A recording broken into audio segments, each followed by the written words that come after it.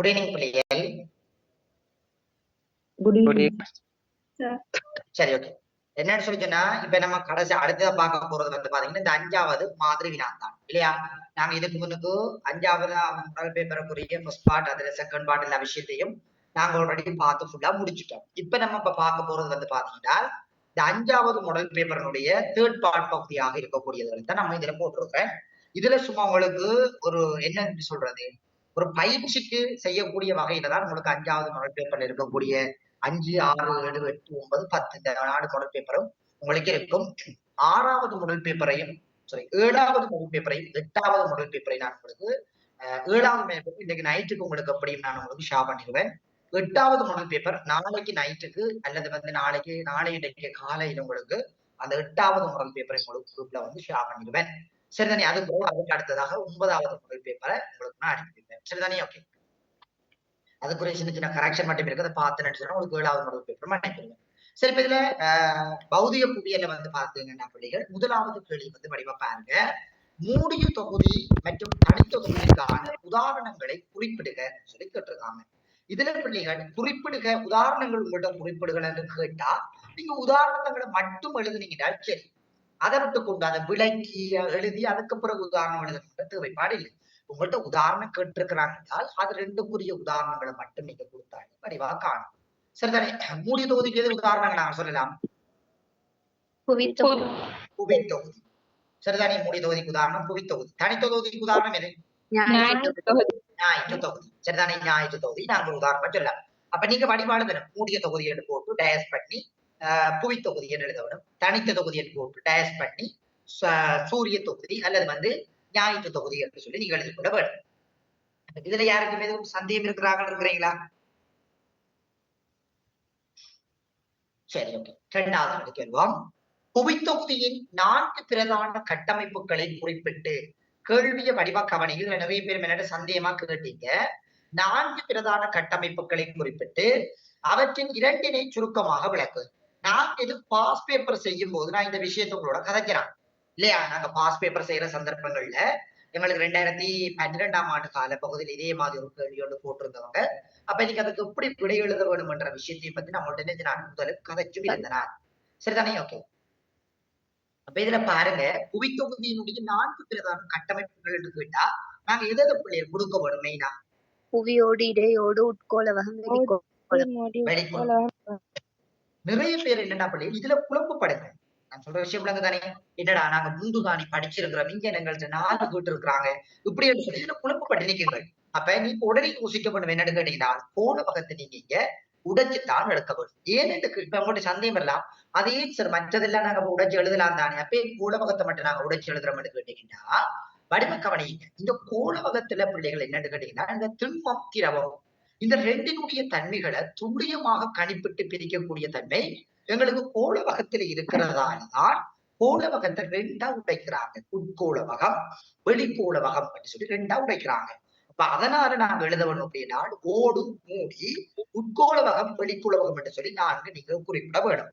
குறிப்பிட்டுட்டு அதுல ஏதாவது 2 நீங்க ஓட்டையோ மூடியையோ கோளவகத்திலேயோ உட்கோளவகமோ வெளிக்கோளவகமோ ஏதாவது 2 எடுத்து அதுக்குரிய முனைப்பான பண்புகள் அழகா முறையில எழுதி காட்டுறீங்கன்னா சரி. சரிதானே? இதுல யாருக்கும் சந்தேகம் இருக்கிறீங்களா?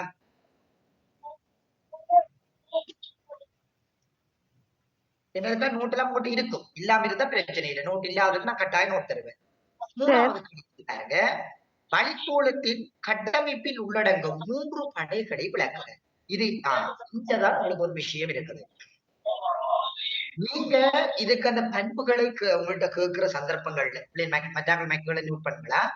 மற்றாக்கள் மைக்களை நோட் பண்ணி வச்சுக்கொள்ளுங்க. நான் கதைக்கிறத மட்டும் கேட்டுக்கொள்ளுங்க. சரி, இப்ப இதுக்கு பண்புகள் கேட்கிற சந்தர்ப்பங்கள்ல பிள்ளைகள் நீங்க முக்கியமாக இதனுடைய உயரங்களை பத்தி கதைக்க வேணும். கட்டாய உயரங்களை பத்தி கதைக்க வேணும். 2வது ஒவ்வொரு படைகளையும் இருக்கக்கூடிய வெப்பத்தினுடைய தன்மைகளை பத்தி கதைக்கப்படும். அடுத்து ஒவ்வொரு படைகளையும் இருக்கக்கூடிய அமுக்கங்களை பத்தி கதைக்கப்படும். அடுத்து ஒவ்வொரு படைகளையும் இருக்கக்கூடிய எல்லைகளை பத்தி கதைக்கப்படும். அந்த படைகளினுடைய தனி சிறப்பு அம்சங்களை பத்தி கதைக்கப்படும். இந்த 5 விஷயத்தையும் பத்தி கதைச்சாலே உங்களுக்கு என்ன செஞ்சிருவாங்க, புள்ளிகளை வழியா போடுவாங்க. நிறைய பேர் என்னன்னு சொல்றது, ஏதோ ஒரு வகையில 3 4 பொய்கள் எழுதி போட்டு முடிச்சு வர்றது. அப்படி எழுதக்கூடாது. இந்த 5 விஷயத்தையும் உள்ளடக்கித்தான் நீங்க ஒவ்வொரு படைகளையும் நீங்க என்ன செய்ய வேண்டும், விளக்கி விட வேண்டும். இதுல யாருக்கும் சந்தேகம் இருக்கிறார்கள் இருக்கிறீங்களா?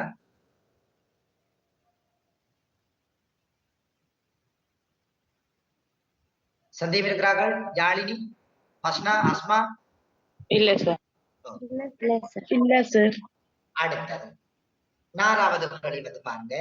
புவிநடுக்கத்தினால் ஏற்படும் பாதிப்புகள் 3ஐ சுருக்கமாக ஆராய்க. புவிநடுக்கத்தால ஏற்படக்கூடிய பிரதான பாதிப்புகள் நாங்க என்ன பிள்ளை சொல்லுவோம்? புவிநடுக்கத்தினால ஏற்படக்கூடிய பாதிப்புகள் என்ன சொல்லுவோம்? உயிர் சேதம், கட்டுமான சேதங்கள் ஏற்படுறது.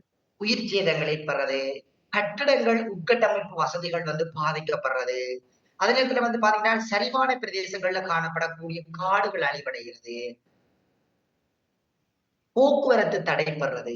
இந்த விஷயங்களை வச்சு அதுக்கு விளக்கம் எழுதுனீங்க. சரிதான். இதுல யாருக்கும் சந்தேகம் இருக்கிறார்கள்?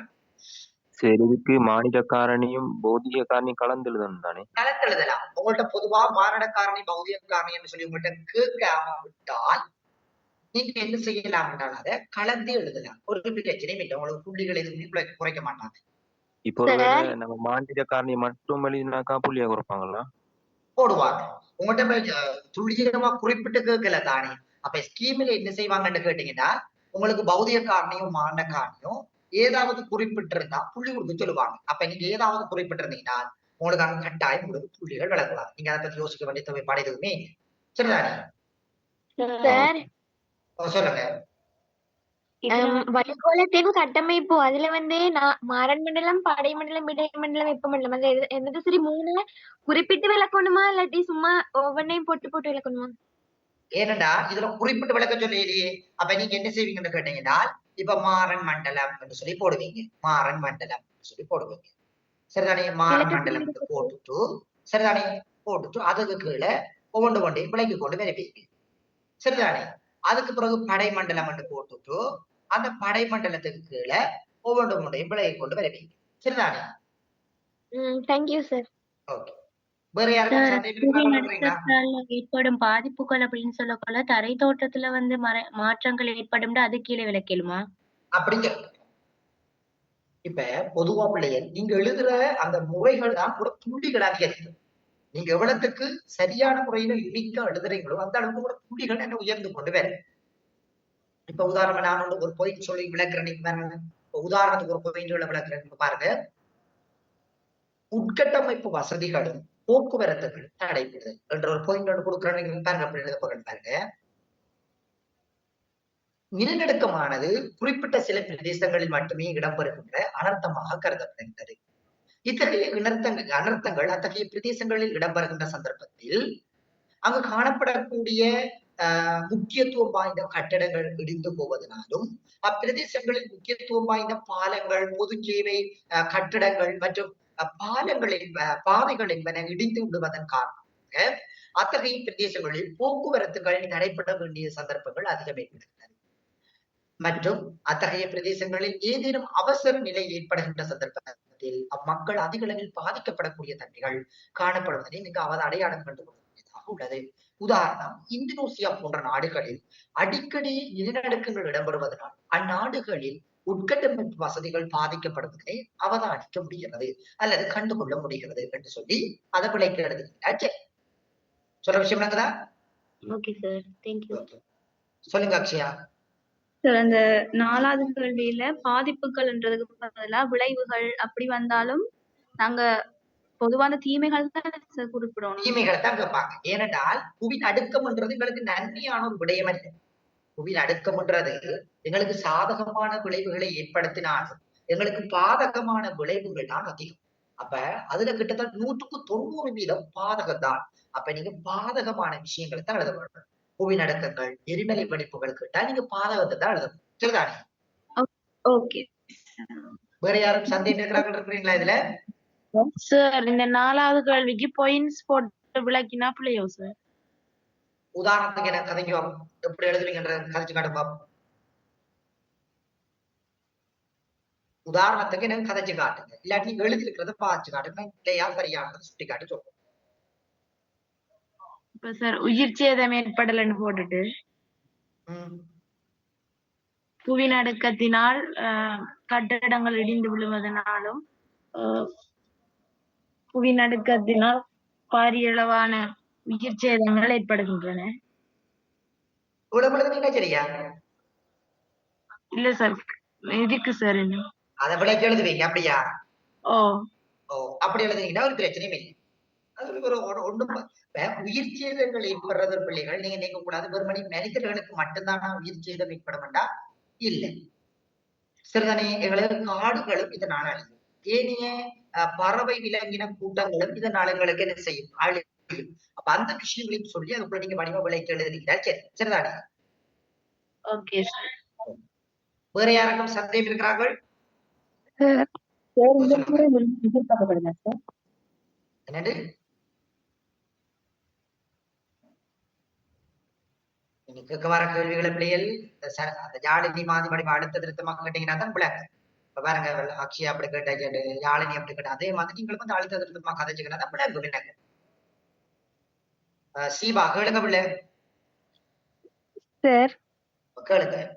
இந்த கட்கோளம், நீர்க்கோளம், வளிக்கோளம், உயிர்கோளம்டா அதுக்கு உபத்தொகுதிகள்னு சொல்லித்தானே கேட்டு வரும். இப்ப 4 குறிப்பிட்டு விளக்குன்னு சொன்னா புவித்தொகுதியினுடைய உபதொகுதிகள் 4 குறிப்பிட்டு சுருக்க விளக்குன்னு சொல்லி வரலாம். அல்லது அந்த தொகுதிகளுக்குள்ள இருக்கக்கூடிய உபதொகுதிகளை குறிப்பிட்டு விளக்குறேன்னு சொல்லி கேள்விகள் போடலாம்.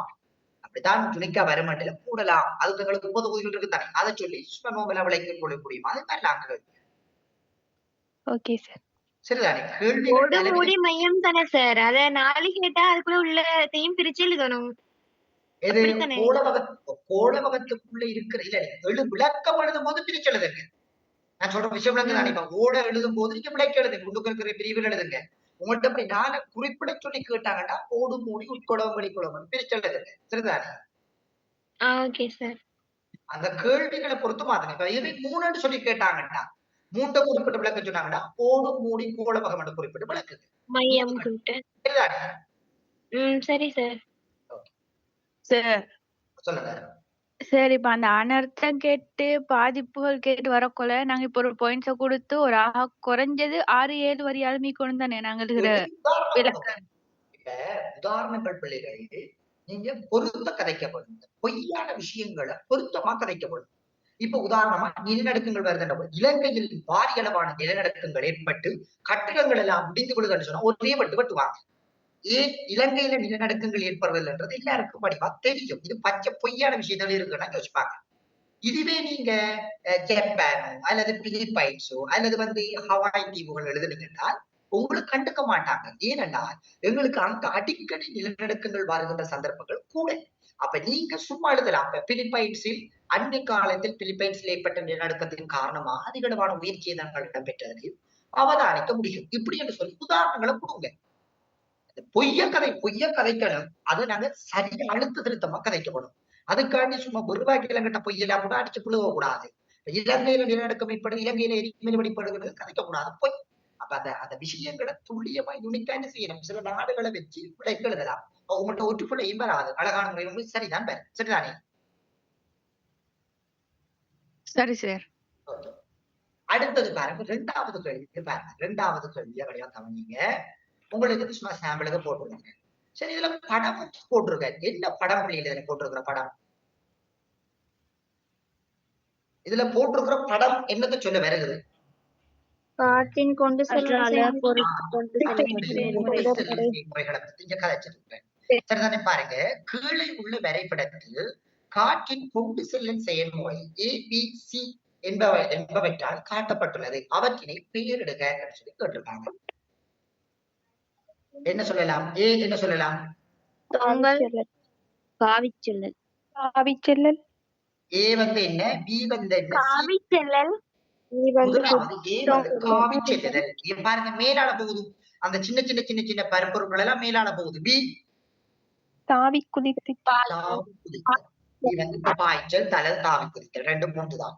பாய்ச்சல் என்றாலும் சரி, அது தாவி குதித்தல் என்றாலும் சரிதான். தாவி குதித்தல். சி உடைத்தலா? உடைத்தல் அல்ல, உருட்டி செல்லுதல். அப்ப ஏ வந்து பாத்தீங்கன்னு சொல்லி சொன்னா காவி செல்லுதல், பி வந்து பாத்தீங்கன்னா தொங்குதல் அல்லது பாய்ச்சல், சி வந்து பாத்தீங்கன்னா உருட்டுதல் அல்லது இழுத்தல் சொல்லி சொல்லுவாங்க. இழுத்தல் என்றாலும் சரிதான். ஆனா உருட்டுதல் நீங்க வடிவா எழுதுங்க. உருட்டி செல்லுதல் என்று சொல்லி எழுதுங்க. சரிதானே? அப்ப இந்த வரைவிலக்கணங்கள் குறிப்பிடுற விஷயங்கள்ன்றது எங்களுக்கு முக்கியம். சரிதானே? அப்ப சி வந்து பாத்தீங்கன்னா உருட்டி செல்லுதல் என்று சொல்லி எழுதுங்க. சரி, இப்ப இதுல பாருங்க, மேலே நீர்வினா ஒன்றில் பெயரிட்ட கொண்டு செல்லல் செயல்முறையின் இரண்டினை சுருக்கமாக விளக்குன்னு சொல்லியிருக்காங்க. அதான் கொண்டு செல்லல் செயல்முறையின் இரண்டினை சுருக்கமாக விளக்குகிறாங்க. இதுல ஏதாவது ரெண்டு எடுத்து உங்களுக்கு சுருக்கமாக விளக்க சொல்லியிருக்காங்க. இதுல யாருக்கும் சந்தேகம் இருக்கிறாங்களா? இதை கொண்டு செல்லல் செயல்முறையை விளக்குறதுல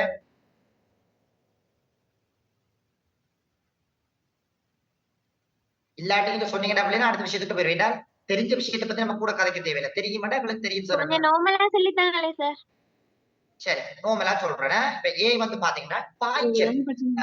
சரிதானே? இப்ப உதாரணமா காவிச்சல் சொல்றேன். இப்ப காவிச்சல் பாருங்க எப்படி சொல்ல போறேன்.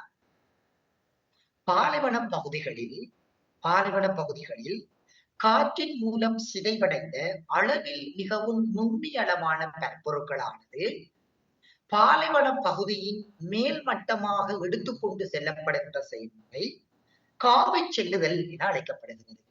அப்படி பாலைவன பிரதேசங்கள்ல காற்றுக்களின் தன்மையான சிதைவடைந்த அளவில் மிக நுண்ணிய அளவான பரம்பொருட்கள், அதாவது நீங்க மணல், பரல், இப்படி மணல், தூசு துணிக்கைகள் அப்படின்னு கேட்கலாம். தூசு துணிக்கைகள் இன்னும் பெட்டர்.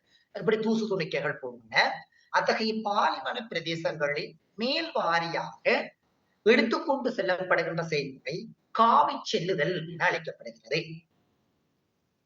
இத்தகைய காவி செல்லலானது கண்டங்கள் விட்டு கண்டம், நாடு விட்டு நாடு இத்தகைய தூசு புயலாக எடுத்துச் செல்லப்படுகின்ற செயல்முறையினையும் நாம் இங்கு அவதானித்துக் கொள்ளக்கூடியதாகவே உள்ளது. இவற்றின் மூலம் குவாட்ரா பள்ளங்களும் தோற்றுவிக்கப்படுகிறது என்று எழுதிவிட்டீங்கன்னா உங்களுக்கு 2.5 புள்ளிகள் உங்களுக்கு வழங்கப்படும். சரிதானே? சார் இதுக்கு எப்படி சார் படம் காட்டுறேன்? படம் தேவையில்லை. படம் காட்டுறீங்க. அதான் மீனவர்கள் படம் தேவையில்லை உங்களுக்கு. இதுக்கு கொண்டு செல்லுக்கு படம் தேவை. ஆனால் அரித்தல் படிகளுக்கு கட்டாயம் படம் காட்டப்படும். மற்றதுக்கு படம் காட்ட வேண்டிய தேவைப்பாடு இல்லை. சரிதானே? நீங்க அரித்தலுக்கும் படிதலுக்கும் மட்டும் படங்கறி விளக்குறீங்களா? சரி, சரிதானே? அடுத்தது 3வது பாருங்க. பாலைவன பிரதேசங்களில் தோற்றம் வரும் 3 அரித்தல் நிலவங்களை பெயரிட்டு அவற்றினை சுருக்கமாக விளக்குக. இதுல யாருக்கும் சந்தேகம் இருக்கிறீங்களா?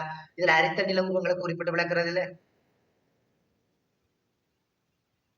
காளான் வடிவ பாறை, பீடை கிடைத்திரிவு, ஜார்டாங்கு, தளத்தடை குன்று, இல்லையா காற்றடை பரர்கள், மேசாப்பியோ இதுகளை சொல்லி ஏதாவது 3 அழகான முறையில விளக்கி அதுக்குரிய வரைபடங்களையும் விளக்கி எழுதிருக்கின்றால் சரி, சரிதானே? சரி, இந்த யாடாங்குக்கும் தலைத்திணை குன்றுக்கும் என்ன சரி வித்தியாசம்? யாடாங்குக்கும் பீடை கிடைத்தினுக்கும் எப்படி அது எழுதுற வித்தியாசம்? வடிவ கவனிச்சு போடுங்க. இந்த ஜாடாங்கு பீடை கிடைத்திரிவுன்றது வந்து ரெண்டும் கிட்டத்தட்ட வரைவிலக்கணங்களை நீங்க பாத்தீங்கன்னு சொல்லி சொன்னா ரெண்டும் கிட்டத்தட்ட ஒரே மாதிரி தான் இருக்கு. நான் நல்ல ஒரு கேள்வி தம்பிர கேள்வி. நான் நிறைய புள்ளிகள் அந்த எழுத வச்சு போட்டு பாக்குறேன்னா நிறைய புள்ளிகள் என்ன செய்யுங்கன்னு கேட்டீங்கன்னா 2 வரைவிலக்கணத்தினையும் ஒரே மாதிரி எழுதுற சந்தர்ப்பங்களை நான் நிறைய பார்த்திருக்கேன். இப்ப இது 2க்கும் புள்ளிகள் நீங்க என்ன செய்ய வேணும்னு சொன்னா கீவேர்ட்ஸ் இருக்குது. சரிதானே? அந்த கீவேர்ட்ஸை வச்சு கொண்டுதான் நீங்க என்ன செய்யணும்னு சொல்லிட்டோம்னா இதுகளுக்கு புள்ளிகள் இருக்கு. சிலதுகளுக்கு புள்ளிகள் வந்து பாத்தீங்கன்னா கீவேர்ட்ஸ் வச்சு எழுதுங்க. அப்பதான் உங்களுக்கு என்ன செஞ்சிருக்கும் அந்த சரியான வரைவிலக்கணங்கள் எப்படி கொடுக்கப்படுகின்ற விஷயங்கள் வந்து அந்த பேப்பர் மார்க்கிங் செய்யறவருக்கும் அது சரியான முறையில விளக்கும். அப்ப நீங்க இப்ப ஜாடாங்குக்கு கொடுக்குற சந்தர்ப்பங்கள் எப்படி எழுத வேணும்னு கேட்டீங்கன்னா 2க்கும் பெண்மையான பாறைகள் மென்மையான பாறைகள் வரும். ஆனா ஜாடாங்குக்கு எப்படி இருக்கும்னு கேட்டீங்கன்னு சொல்லி சொன்னால் மென்பாறைகள் அரிக்கப்பட்டு பண்பாறை எஞ்சி நிற்கும். அது எப்படி இருக்கும் என்று கேட்டீங்கன்னா ஒரு கரடு முரடான தன்மையாக உங்களுக்கு இருக்கு. சரிதானே? ஆனால் பீடை கிடைத்திரிவுகளுக்கு எப்படி இருக்கும் என்று கேட்டீங்கன்னா ஒரு நீள்வரைகளும் சார்களும் போல எங்களுக்கு இருக்கும். அந்த எஞ்சி இருக்கின்ற வன்பாறைகள் நீள்வரைகளும் சால்களும் போல எங்களுக்கு எஞ்சி இருக்கும். இது 2 தான் கீவேர்ட்ஸ். விளங்குதா தம்பி? சரி, நான் கொஞ்சம் சொல்லுங்களேன் திருப்பி. Okay. யாடாங்குல வந்து வன்பாறை அரிக்கப்படுமா? வன்பாறையில மென்பாறை அரிக்கப்படும். 2லயும் மென்பாறை அரிக்கப்பட்டு வன்பாறை தான் எஞ்சும். ஆனால் ஜாடாங்குல எஞ்சினதை நீங்க கரடு புரடான தன்மைன்னு சொல்லி கதைக்கப்படும். பீடை கிடைத்திரிவுக்கு நீள்வரைகளும் சால்களும் என்று சொல்லி கதைக்கப்படும். இதான் 2க்கும் இடையிலான வித்தியாசம். சரிதானே? அந்த நீள்வரைகளும் சால்களும் என்ற பிள்ளைகள் ஒரு பாறை திணிவாக இருக்கிறது. பெரிய பெரிய பாறை திணிவுகளாக இருக்கக்கூடியதுதான். அதாவது பாறை சின்ன சின்ன சின்ன சின்ன சின்ன பாறைகளாக இணைந்த மாதிரி இருக்கும். அப்படி இருக்கக்கூடியதான் நாங்க நீள்வரைகளும் சால்களும் என்று சொல்லி சொல்றோம். சரிதானே? ஓகே. இப்ப பாருங்களேன், சிம்பிளா கதைக்கிறேன் பாருங்களேன். இப்ப பாருங்களேன் எப்படி கதைக்கிறேன்ன்றது. யாழ் பாலைவன பகுதிகளில் பாருங்க, பாலைவன பகுதிகளில் நேர்கோட்டு வடிவில் அமைந்து காணப்படுகின்ற பாறைகளில் பாருங்க, இதான் கீவேர்ட்ஸ். அப்படி பாலைவன பிரதேசங்களில் நேர்கோட்டு வடிவில் அமைந்து காணப்படுகின்ற பாறைகளில் வெண்பாறைகளும் மென்பாறைகளும் காணப்படுகின்றன. வெண்பாறைகளும் மென்பாறைகளும் காணப்படுகின்றன. இவ்வாறு காணப்படுகின்ற சந்தர்ப்பத்தில் மென்பாறைகள் காற்றினால் மிக இலகுவில் அரிக்கப்பட்டுள்ள வெண்பாறைகளானது அரிக்கப்படாது ஒரு கரடு குரடு தன்மைகள் கொண்டது கூட எஞ்சி காணப்படுகிறது. இதனையே யாடான்கள் என அழைப்பர் என்று எழுதுவீங்க. பீடைகளை திணிவுக்கு இதே மாதிரி சொல்ல போறீங்க அப்படின்னா, பாலைவன பகுதிகளில் வன்பாறை பகுதி மேலாகவும் மென்பாறை பகுதி கீழாகவும் விளங்குதான். ரெண்டுக்கும் இடையில கீவேர்ட்ஸ் விளங்குது என்னன்றது. யாடாங்குக்கு நேர்கோட்டு வடிவில் இருக்கக்கூடிய பாறை, பீடை கிடைத்திணிவுக்கு மேல் கீழாக இருக்கக்கூடிய பாறை. விளங்குதா தம்பி அந்த விஷயம்? ஓம் சார், ஓம் சார். அந்த விஷயங்களை வச்சு அதுக்கு விளக்கி எழுதிக்கிட்டீங்கன்னா உங்களுக்கு அதுக்குரிய புள்ளிகள் வழங்கப்படும். சரிதானே? அது ரெண்டுடையும் படமும் வேற மாதிரி தான் வரும். ரெண்டு படமும் வேற மாதிரி தான் வரும். நான் கிட்ட சூட்ட கொடுத்துருக்கிறேன். அந்த படங்களை கிட்ட சூட்ட கொடுத்துருக்க பாத்தீங்கன்னா விளங்கும். Okay sir. ஒரு காலத்தை நீங்க படிச்சு போட்ட பிள்ளைகள் சரிதானே? படிச்சு போட்டுறது தயவு செய்து சொல்றேன், எழுதி பாருங்க. தயவு செய்து எழுதி பாருங்க. உங்களுக்கு தெரியும் என்று சொல்லி ஸ்கிப் பண்ணாது. அந்த பீட்டெல்லாம் கேட்டாங்க, உண்மையிலே பெரிய சந்தோஷம். பெரியவர்கள் படிக்கிறான்டா முதலாவது வரை வைக்கிறது நான் தான். சரிதானே? அப்ப அதனால எழுதி பாருங்க. முடிஞ்ச வரையிலையும் எழுதி பாத்தீங்கன்னா நிச்சய பிரயோசனமா இருக்கு. அடுத்தது பாருங்க, 4வது கேள்வி. பாலைவன பிரதேசங்களில் தோற்றம் வரும் 3 படிதல் நில உருவங்களின் பெயரிட்டு அவற்றினை சுருக்கமாக விளக்குங்க. இதுல படிதல் நில உருவங்கள் கேட்டிருக்காங்க. நாங்க அதனுடைய வடிவங்களை வச்சுக்கொண்டு நாங்க சொல்லலாம். என்னென்ன படிதல் நில உருவங்கள் எங்களுக்கு இருக்குது? நட்சத்திர நட்சத்திர மணல் குன்று, நெடுமணல் குன்று, பிறையொரு மணல் குன்று, குறுக்கு மணல் குன்று, அலைவுகள், இதுகள் எல்லாம் சேர்த்து நாங்க என்ன சொல்லுவோம். இதுல யாருக்கும் சந்தேகம் இருக்கிறீங்களா? அதை அப்படி சிம்பிளா கதைக்கலாம் இல்லையா? அப்படி இதுல பேசா கஷ்டப்பட வேண்டிய தேவைப்பாடுகள் சிம்பிளா கதைக்கலாம். யாருக்கும் சந்தேகம் இருக்கிறார்கள்? சார் எப்படி நீள்மணல் குன்று வரும்னு சொல்லி காட்டுங்களேன் சார். ரெண்டும் ஒரு டீச்சர் வேற மாதிரி இன்னொரு டீச்சர் வேற மாதிரி சொல்லிட்டு இருந்தாங்க. என்னது? நீள்மணல் குன்றோட படம் எப்படி இருந்துச்சுன்னு கொஞ்சம் கேட்டு காட்டுங்களேன். நீள்மணல் குன்றனுடைய படம் சிம்பிளான விஷயம். இங்க பாருங்க, இப்படி கீற போறீங்க சரிதானே? இந்த கோணத்துல கீற போறீங்க. இதுல நீங்க இந்த பரப்புறுப்புல மட்டும் இதுல நீங்க புள்ளி புள்ளி வச்சு மட்டும் காட்ட போறீங்க. அதாவது அந்த பாறைகள் புள்ளிகள் நீளமாக தொடுகோட்டுல இருக்கு. சரிதானே? வைக்கிற போறீங்க சரிதானே? பிள்ளை படங்கள் அவ்வளவு பெரிய தத்துவமான வகையில இருக்கணும்னு சொல்லி எதிர்பார்க்க மாட்டாங்க. சரிதானே? பெரிய தத்துவமாக இருக்கணும்னு சொல்லி எதிர்பார்க்க மாட்டாங்க. உங்களுக்கு அந்த படங்களை நீங்க ஒரு புதிய வரைபடத்துல கீறி காட்டுறீங்கனாலும் உங்களுக்கு புள்ளிகள் வளர்க்கலாம். சரிதானே? சார், சொல்லுங்க. கடல் அலையிட அரித்தல் செயற்பாடுகள் 3 இருக்குதானே, அது கொஞ்சம் நார்மலா கதைச்சு விடுங்க. நீங்க அந்த கடல் அலை படிப்பிக்கும் போது வர இல்லையா? இல்ல சார். எங்களுக்கு தெரியணும் நீர்முறை தாக்கம், நீரியல் தாக்கம், அதனத்துல வந்து பாத்தீங்கன்னு சொன்னால் தேய்த்தல், அடுத்தது வந்து தேய்த்தல் அல்லது உடைந்து தேய்த்தல், அடுத்தது திண்ணல் என்ற 3 செயல்முறை இருக்குது. சரிதானே? இது பெருசா கஷ்டப்படுறது நீரியல் தாக்கம். பாருங்க, கடற்கரைக்கு அருகாமையில காணப்படுகின்ற ஒரு பாறைப்படையில் மூட்டுக்கள், வெடிப்புகள், பிளவுகள் காணப்படுகிறது. ஒரு பாறைப்படைக்கு அருகாமையில, கடற்கரைக்கு அருகாமையில் இருக்கக்கூடிய ஒரு பாறைப்படையில மூட்டுக்கள், வெடிப்புகள், பிளவுகள் இருக்காம். அதுக்குள்ள உட்புகுந்த நீரானது அதுக்குள்ள உட்புகுந்த காற்றானது அமுக்கத்துக்குட்பட்டு காணப்படுகிறது. இவ்வாறு அமுக்கத்துக்குட்பட்டிருக்கும் சந்தர்ப்பத்தில் வேகமாக வருகின்ற அலைகள் அத்தகைய பாறைகளுடன் மோதுவதன் காரணமாக காற்றுகள் மிக வேகமாக உந்துதல் அடைகின்றது. அவ்வாறு உந்துதல் அடைகின்ற சந்தர்ப்பத்தில் ஏற்படுத்தப்படுகின்ற வெடிப்பு செயல்முறையே நீரியல் தாக்கம் என அழைக்கப்படுகிறது என்று சொல்லி எழுதுவீங்க. இதுல என்ன கஷ்டம் இருக்குது? அடுத்தது தேய்த்தல் அல்லது உடைந்து தேய்த்தல் உடைந்து தேய்த்தல் ரெண்டையும் உண்டாக பாலைவனத்தை அதாவது கடற்கரைக்கு அருகாமையில் காணப்படுகின்ற பாறைப்படையில் அலைகளானது தொடர்ச்சியாக மோதிக்கொண்டிருக்கின்ற சந்தர்ப்பத்தில் அத்தகைய அலைகளினால் கொண்டு வரப்படுகின்ற மணல்கள், மரல்கள், சிறுபாறை துண்டுகள் என அப்பாறைப்படைகளினுடைய அடிப்பகுதிகளை தொடர்ச்சியாக அரிக்கின்ற செயல்முறை தேய்த்தல் என அழைக்கப்படுகிறது.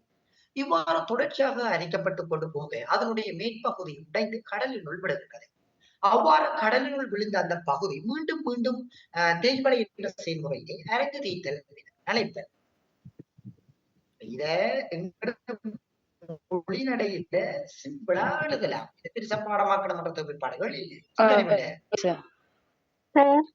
சொல்லுங்க. இப்ப காற்றின் படிதல் நிலவரங்கள்லயும் நீள்மணற்குன்று இருக்கு. அங்கால கண்ட பனிக்கட்டி ஆற்றின் படிதல் நில உருவங்கள்லயும் நீள்மணற்குன்று இருக்கு. அப்ப எக்ஸாம்பிள் இல்லையா சார்? காற்றறிப்புல இருக்கிறத நெடுமணல் குன்று தான் கதைக்கும். நீள்மணல் குன்றல்ல நெடுமணல் குன்று கதைக்கும். Okay sir. சரிதானே?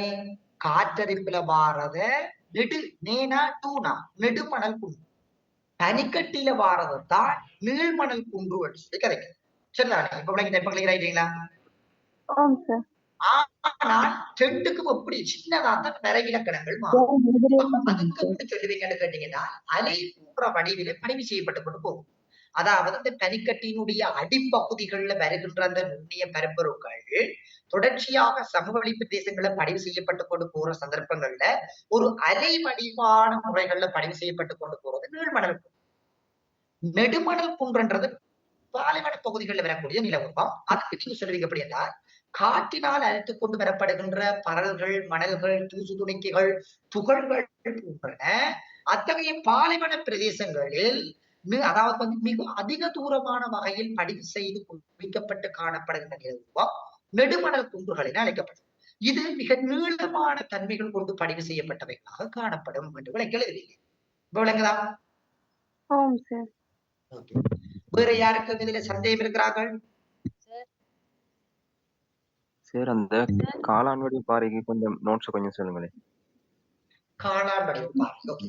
காளான் வடிவ பாறைகளுக்கு பிள்ளைகள் நீங்க இங்க பெண்மை மென்மை என்று சொல்லி என்ன செய்யக்கூடாதுனால் கதைக்க கூடாது. சரிதானே? என்ன செய்யக்கூடாது? பெண்மை மென்மை என்று சொல்லி என்ன செய்யக்கூடாதுன்னா கதைக்க கூடாது. பாருங்க எப்படி சொல்ல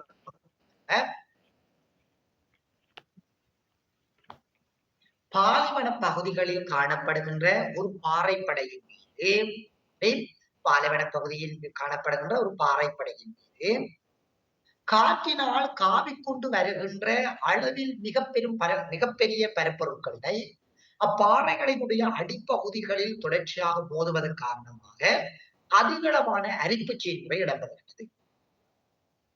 மற்றும் அக்காற்றினால் காவிக்கொண்டு வரப்படுகின்ற நுண்ணிய அளவான பரப்பொருட்கள் பாறையின் மேற்பகுதிகளை மோதுவதன் காரணமாக அவை மெதுவான அரித்தலுக்கு உட்படுத்தப்படுகின்றது. இவ்வாறு அப்பாறையினுடைய அடிப்பகுதி அதிகரித்தலையும் மேற்பகுதி குறைவான அரித்தலையும் மேற்கொள்வதன் சந்தர்ப்பத்தில் அவை காளான் வடிவத்தினை ஒத்ததாக மாறுகின்றது. இவ்வாறு மாற்றமடையும் பாறைப்படைகளே காளான் வடிவ பாறைகள் என அழைக்கப்படுகிறது என்று சொல்லி விளக்கி எழுதுவீங்க. விளங்கிட்டா? சரி, எங்களுக்கு தந்த நோட்ஸ் கொஞ்சம் வாசிச்சுவா. சரி, வாசிங்க. காற்றினால் வீசி எறியப்படும் மணலுக்கு எதிரான திசையில் தனித்தனியாக பாறைகள் அமைந்திருக்கும் பொழுதோ அவற்றின் அடிப்பாகம் காற்றின் அரித்தலுக்கு உட்படுவதனால் வன்பாறை மட்டும் எஞ்சியதால் உருவாகும் காளான் போன்ற வடிவிலுள்ள பாறைகள் காளான் வடிவ பாறைகள் எனப்படும். இந்த வரைவிலக்கணம் உண்மையிலே பிழை. நீங்க சொல்லியிருக்கிற வரைவிலக்கணங்கள் உண்மையிலேயே பிழை. ஆனால் காளான் வடிவ பாறைகள் வன்மை மென்மைகள் என்று சொல்லி கதைக்க கூடாது. அந்த பாறைகள்ல காளான் வடிவ பாறைகள்ல உண்மையிலேயே வன்மை மென்மை என்ற பதங்களை கதைக்காதீங்க. அது யாழாங்குக்கும் பீடு கிடைத்தலுக்கும் மட்டும்தான் வன்மை மென்மை என்று சொல்லி கதையுங்க. சரிதானே? அப்ப நீங்க இங்க பன்மைமின்மை என்ற விஷயத்தை பத்தி முடிஞ்ச வரைக்கும் கதைக்காதீங்க. சரிதானே? அப்படி கதைக்காம எழுதுறதுதான் உண்மையிலே நல்லம். அதாவது இந்த பரப்புகள் கொண்டு வந்து அதை நீங்க பிசி அடிக்கப்படும் சொல்றாங்க பாருங்க. அந்த பிசி அடிக்கப்படும்ன்றதை சுருக்கி விடுறாங்க. சரிதானே? அதாவது அளவில பெரிதளவான பரப்புகள் கீழே மோதுறதும் அளவில் சிறிதளவான பரப்புகள் மேல மோதுறதையும் சுருக்கி பிசி அடிக்கப்படும் என்ற மாதிரி மாத்தி விடுறாங்க. சொல்ற விஷயம் அங்கதானே. இதுதான் இங்க நடக்கக்கூடிய விஷயங்கள். இப்ப என்னடா பிள்ளைகள் உங்களுக்கு ஸ்கூல்ல தரக்கூடிய நோட்ஸ்கள் வந்து பாத்தீங்கன்னா 6 ஒரு சீரோ நோட்ஸ் தான் உங்களுக்கு தருவாங்க. சொல்ற விஷயம் அங்கதானே. அவங்களுக்கு அதுல விளக்கம் தெரிஞ்சிருக்கு. அதான் உங்களுக்கு நோட்டா தந்திருப்பாங்க. பிசி அடிக்கப்படும் என்று சொன்னா நீங்க டீச்சர் கிட்ட கேட்டீங்களா? அதான் டீச்சர் பிசி அடிக்கப்படும் என்னன்னு சொல்லி கேட்டீங்களா? ஈஸி அடிக்கப்படும்ன்றதுக்குரிய பதத்துக்குரிய சரியான அர்த்தம் என்னன்னு கேட்டீங்களா? இல்லாட்டி சும்மா எழுதுனீங்களா? என்ன புள்ள தந்த தெளிவினும் சார். கேளுங்க நர்மதா. அப்படியே எழுதினோம் சார். அப்படியே எழுதுனீங்களா? சார் அப்ப ஒண்ணுமே டீச்சர் கேட்கலையா? டீச்சர் இது ஏன் டீச்சர் பிசி அடிக்கப்படும் என்னன்றதெல்லாம் கேட்கலையா? ஆமாண்ணா. இல்ல சார், அரசாவலும் கேட்டா பேசுவாங்களா அப்படியா? ஓ சரிதான். அப்ப நீங்க கேட்க வேணும். ஏன்னா இப்ப நீங்க ஒரு வரைவிலக்கணங்கள் எழுதுற சந்தர்ப்பத்துல பிள்ளைகள் உங்களுக்கு அது விளங்காம எழுதுறீங்கன்னு சொல்லி சொன்னா இன்னொரு ஆளுக்கு எப்படி பிள்ளை அதை விளங்கப்படுத்துவீங்க? ஒரு வரைவிலக்கணத்துக்கு நீங்க எழுதுறீங்கடா பிள்ளைகள் உங்களுக்கே அது கஷ்டமா இருக்கிற சந்தர்ப்பங்கள் எப்படி இன்னொரு ஆளுக்கு விளங்கு? வந்த விஷயத்தை பெருமை வடிவா கவனிங்க. உங்களுக்கே விளங்காத வரைவிலக்கணங்களை நீங்க எழுதுறீங்கடா உங்களுக்கு மற்ற ஆளுக்கு எப்படி விளங்கும் என்றதையாவது கொஞ்சம் யோசிச்சு பாத்தீங்கன்னா உங்களுக்கு விளங்கும். அப்ப நீங்க எழுதுற வரைவிலக்கணங்கள் ஒரு துல்லியமான முறைகள்ல மற்ற ஆளுக்கு இலகுவான முறைகள்ல விளங்கக்கூடிய வகையில வடிவா நீட்டா எழுதுங்க. சரியாமாண்ணா? சார் அப்படின்னா வந்து காற்று வீசப்படிய மணலுக்கு எதிரான திசையில தனித்தனியா பாறைகள் அமைஞ்சிருக்கும் அப்படின்னு குறிப்பிட்டா சரியா காளான் வடிவப்பறைக்கு? இல்ல இப்ப நான் சொன்னேன் நெஞ்சு பாருங்களேன். பாலைவன பகுதிகளில் அமைந்து காணப்படுகின்ற பாறைப்படை ஒன்றின் மீது காற்றினால் காவிக்கொண்டு வரப்படுகின்ற அளவில் மிக பெருமனான அளவு கொண்ட பரப்பொருட்களை அப்பாறைகளினுடைய அடிப்பகுதிகளில் மோதுவதற்காக அவை அதிகளவான அரித்தலுக்கு உள்ளாக்கப்படுகிறது. அத்தகைய காற்றுகளினால் கொண்டு வரப்படுகின்ற நுண்ணிய அளவான பரப்பொருட்கள் பாறையினுடைய மேற்பகுதிகளில் மோதுவதன் காரணமாக குறைவான அரித்தலுக்கு உள்ளாக்கப்படுகிறது. இவ்வாறு அடிப்பகுதி அதிகரித்தலுக்கு உள்ளாக்கப்படுவதும் மேற்பகுதி குறைவான அரித்தலுக்கும் உள்ளாக்கப்படுவதன் காரணமாக அப்பாறைகள் காளான் வடிவத்தினை ஒத்ததாக மாற்றப்படுகிறது. இதனையே காளான் வடிவ பாறைகள் என எழுதுவீங்க. இதான் சரியான விளக்கணம் காளான் வடிவ பாறை. இது 8 தொடக்கம் 12 மீட்டர் அளவு கொண்டதா இருக்கும் இந்த காளான். சொல்லுங்க. நம்ம நில உருவங்களுக்கு விளக்கம் எழுதும் போது அந்த உயரம் அகலம் எழுதணுமா கட்டாயம்? இல்ல அது தேவையில்லை. அவன் அதுக்கு அப்படியெல்லாம் உங்களுக்கு கேட்க மாட்டான். அதெல்லாம் தேவையில்லை. தெரிஞ்ச அழுதுங்க. தெரிஞ்ச அழுதுங்க. இல்லாட்டி நீங்க அதை பத்தி கவலைப்பட வேண்டிய தொழிற்பாடுகள் எதுவும் இல்லை. தெரியாதா? சார் உதாரணம் உங்களோட நோட்ஸ்லயும் அப்படித்தானே சார் இருக்கு அந்த எதிராக வீசி எறியப்படுக்குள்.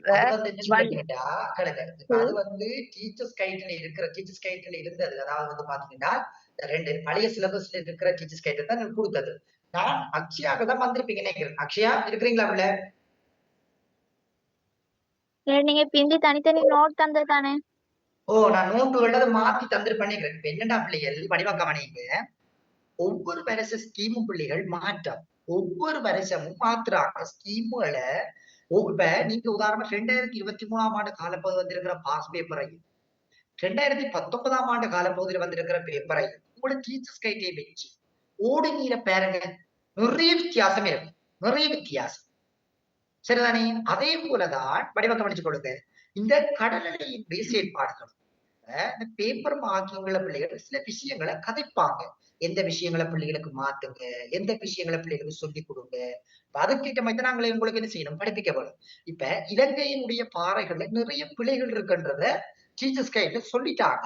அப்ப பிள்ளைகளுக்கு 2025ஆம் ஆண்டு காலப்பகுதியில வந்திருக்கிற விஷயத்துக்கு தான் இனிமேல் பிள்ளைகளுக்கு கொடுங்க. பாறைகள் இலங்கை பாறைகளை கொடுக்கும் போது டீச்சர்ஸ் கைட்ல நிறைய பிள்ளைகள் இருக்குது.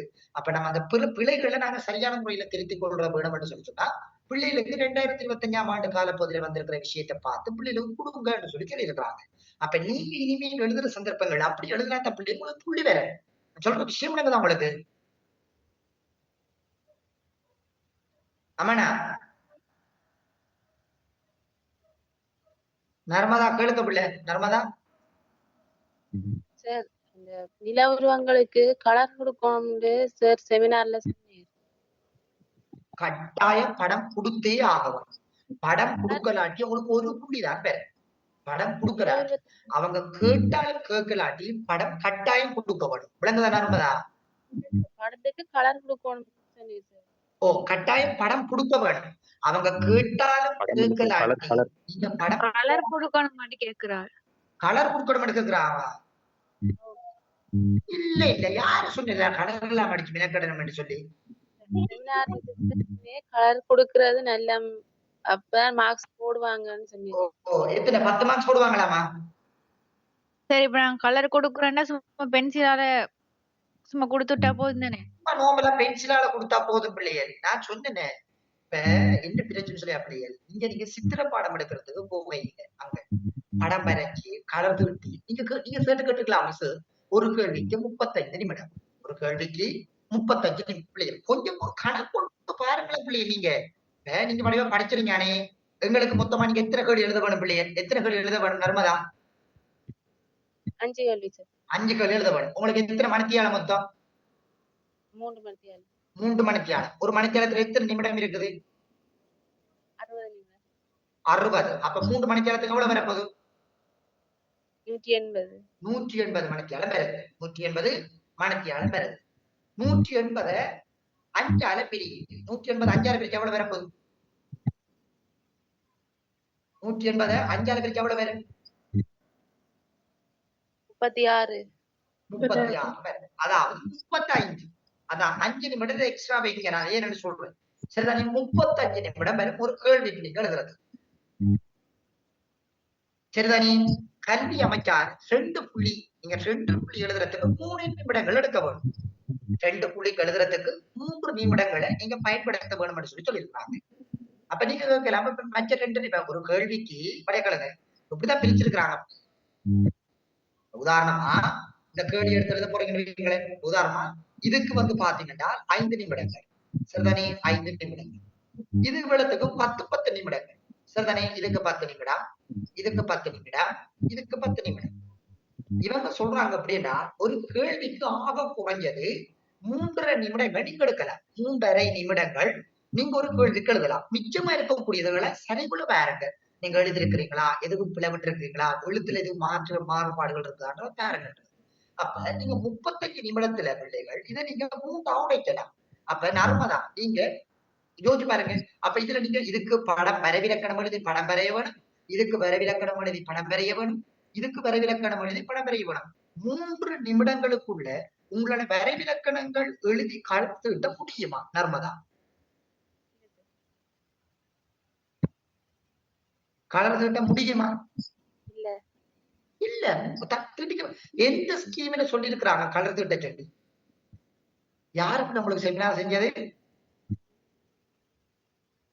இல்ல சார் பேர் சொல்ல வேணாம் பேர் சொல்ல விடாமட்டதா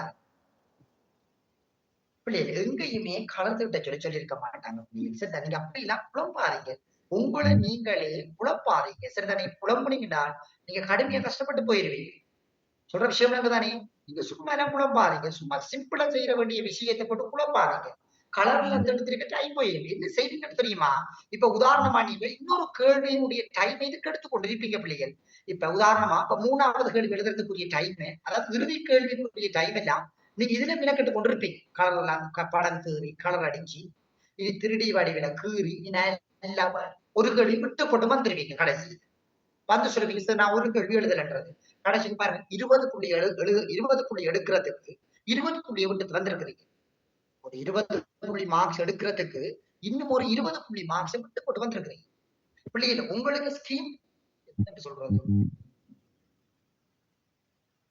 பாருங்க ஸ்கீம்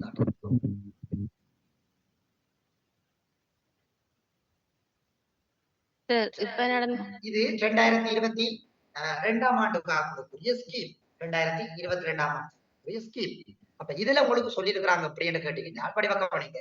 இதுல உங்களுக்கு ரெண்டு எழுத சொல்லியிருக்காங்க. படிவ கவனிங்க.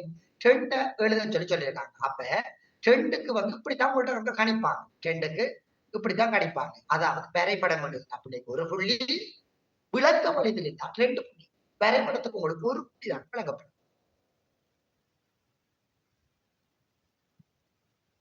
விளங்குதா நர்மதா? ஆம் சார். இங்க கலர்லாம் அடிக்க வேண்டிய தேவைப்பாடுகள் எதுவுமே இல்லை. சரிதானே? நான் சொல்றேன் 2 பிள்ளை சொல்றேன் கலர் அடிக்காது.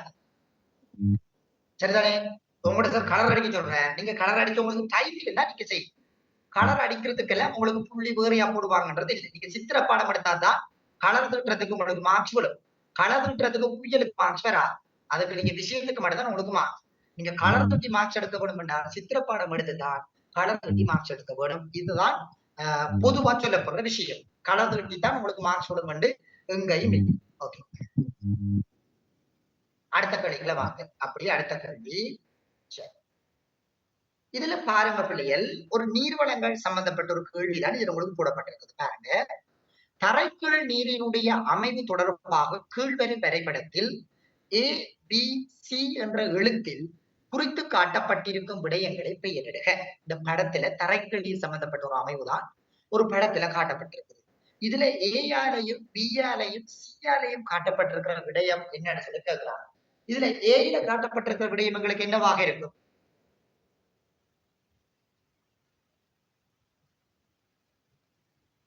பாறை குழம்பு நீர்.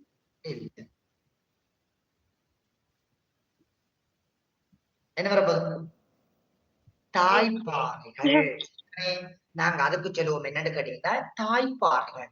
இந்த ஏ வந்து நாங்க என்னன்னு சொல்லுவோம் கேட்டீங்கன்னா தாய்ப்பாறைகள் சொல்லுவோம். தெரியாதாக்கள் நோட் பண்ணி கொடுக்கலாம். ஏ வந்து நாங்க சொல்லுவோம் என்னன்னு கேட்டீங்கன்னா தாய்ப்பாறைகள் சொல்லி சொல்லுவோம். அடுத்தது இதுல பி வந்து பாத்தீங்கன்னா சரிதானே, பி இதுல இருக்கக்கூடிய விஷயங்கள் வந்து பாத்தீங்கன்னா தற்காலிகமாக உட்புகாத பாறை என்று சொல்லுவோம். தற்காலிக உட்புகாத பாறை என்று சொல்லுவோம். நோட் பண்ணி கொடுங்க. தற்காலிக உட்புகா பாறை என்று சொல்லி சொல்லுவோம். சரிதானே? அடுத்தது சி வந்து சொல்லுவோம் வந்து பாத்தீங்கன்னா காற்றூட்ட வலயம் என்று சொல்லி சொல்லுவோம். இதை நாங்க சொல்லுவோம் வந்து காற்றூட்ட வலயம் சொல்லுவோம். அதாவது தரைக்கு நீர்களை அகழ்ந்தெடுக்கும் போது உங்களுக்கு என்ன செய்ய மாட்டால் இந்த சி வலயத்தில் ஒரு காற்று, அதாவது கீழ்ப்பகுதிகள்ல எங்களுக்கு ஒரு விதமான ஒரு விஷயம் எங்களுக்கு இருக்கும். அதை சொல்றாங்க எப்படின்னு கேட்டீங்கன்னா காற்றூட்ட வலயம் அப்படின்னு சொல்லி எங்களுக்கு என்ன செய்யறாங்க அதை விளக்கி சொல்றாங்க. சரியா இல்லையே? அதை எழுதி வச்சுக்கொள்ளுங்க. உங்களுக்கு இது ஒரு புது விஷயமா இருக்கும். பி வந்து பாத்தீங்கன்னா தற்காலிக உட்புக விடா பாறை. தற்காலிக உட்புக விடா பாறை. சி வந்து பாத்தீங்கன்னா காற்றூட்ட வலயம். சொல்லுங்க. ஏ வந்து தரைக்கீழ் நீர் மட்டும் சொல்லலவா? இல்ல, என்னது பாறை தானே மெயின் பண்ணி கேட்டு இருக்கிறாங்க. பாருங்க, அதுக்கு மேல பாருங்க நீர் இருக்குது பாருங்க. தாய்ப்பாறை கொண்டுள்ள நீர் என்று மேல போட்டிருக்காங்க. இதுதான் அந்த தாய்ப்பாறை கொண்டுள்ள நீர். இதுக்குலாம் அந்த நீர் வந்து தேங்கி இந்த பாருங்க இதுல போட்டிருக்காங்க இவங்க தாய்ப்பாறை கொண்டுள்ள நீர் என்று. அப்ப இந்த தாய்ப்பாறையில தான் இந்த நீர் வளம் தேங்கி நிக்குது. பாருங்க இதுல வந்து ஆழமான கிணறு கண்டு இருக்காங்க பாருங்க தாய்ப்பாறை மட்டும். இதுல வந்து உப்புகவிடா பாறை. அப்ப எங்களுக்கு இது தற்காலிக நீர் இதுக்குள்ள தேங்கி நிற்கும். இந்த பாறைகளுக்குள்ள தேங்கி நிற்கக்கூடியது வந்து பாத்தீங்கன்னா தற்காலிக நீர். இதுக்குள்ள இருக்கிறது தான் வந்து நிரந்தர நீராக இருக்கு. சரிதானே? விளங்குதாமல்ல?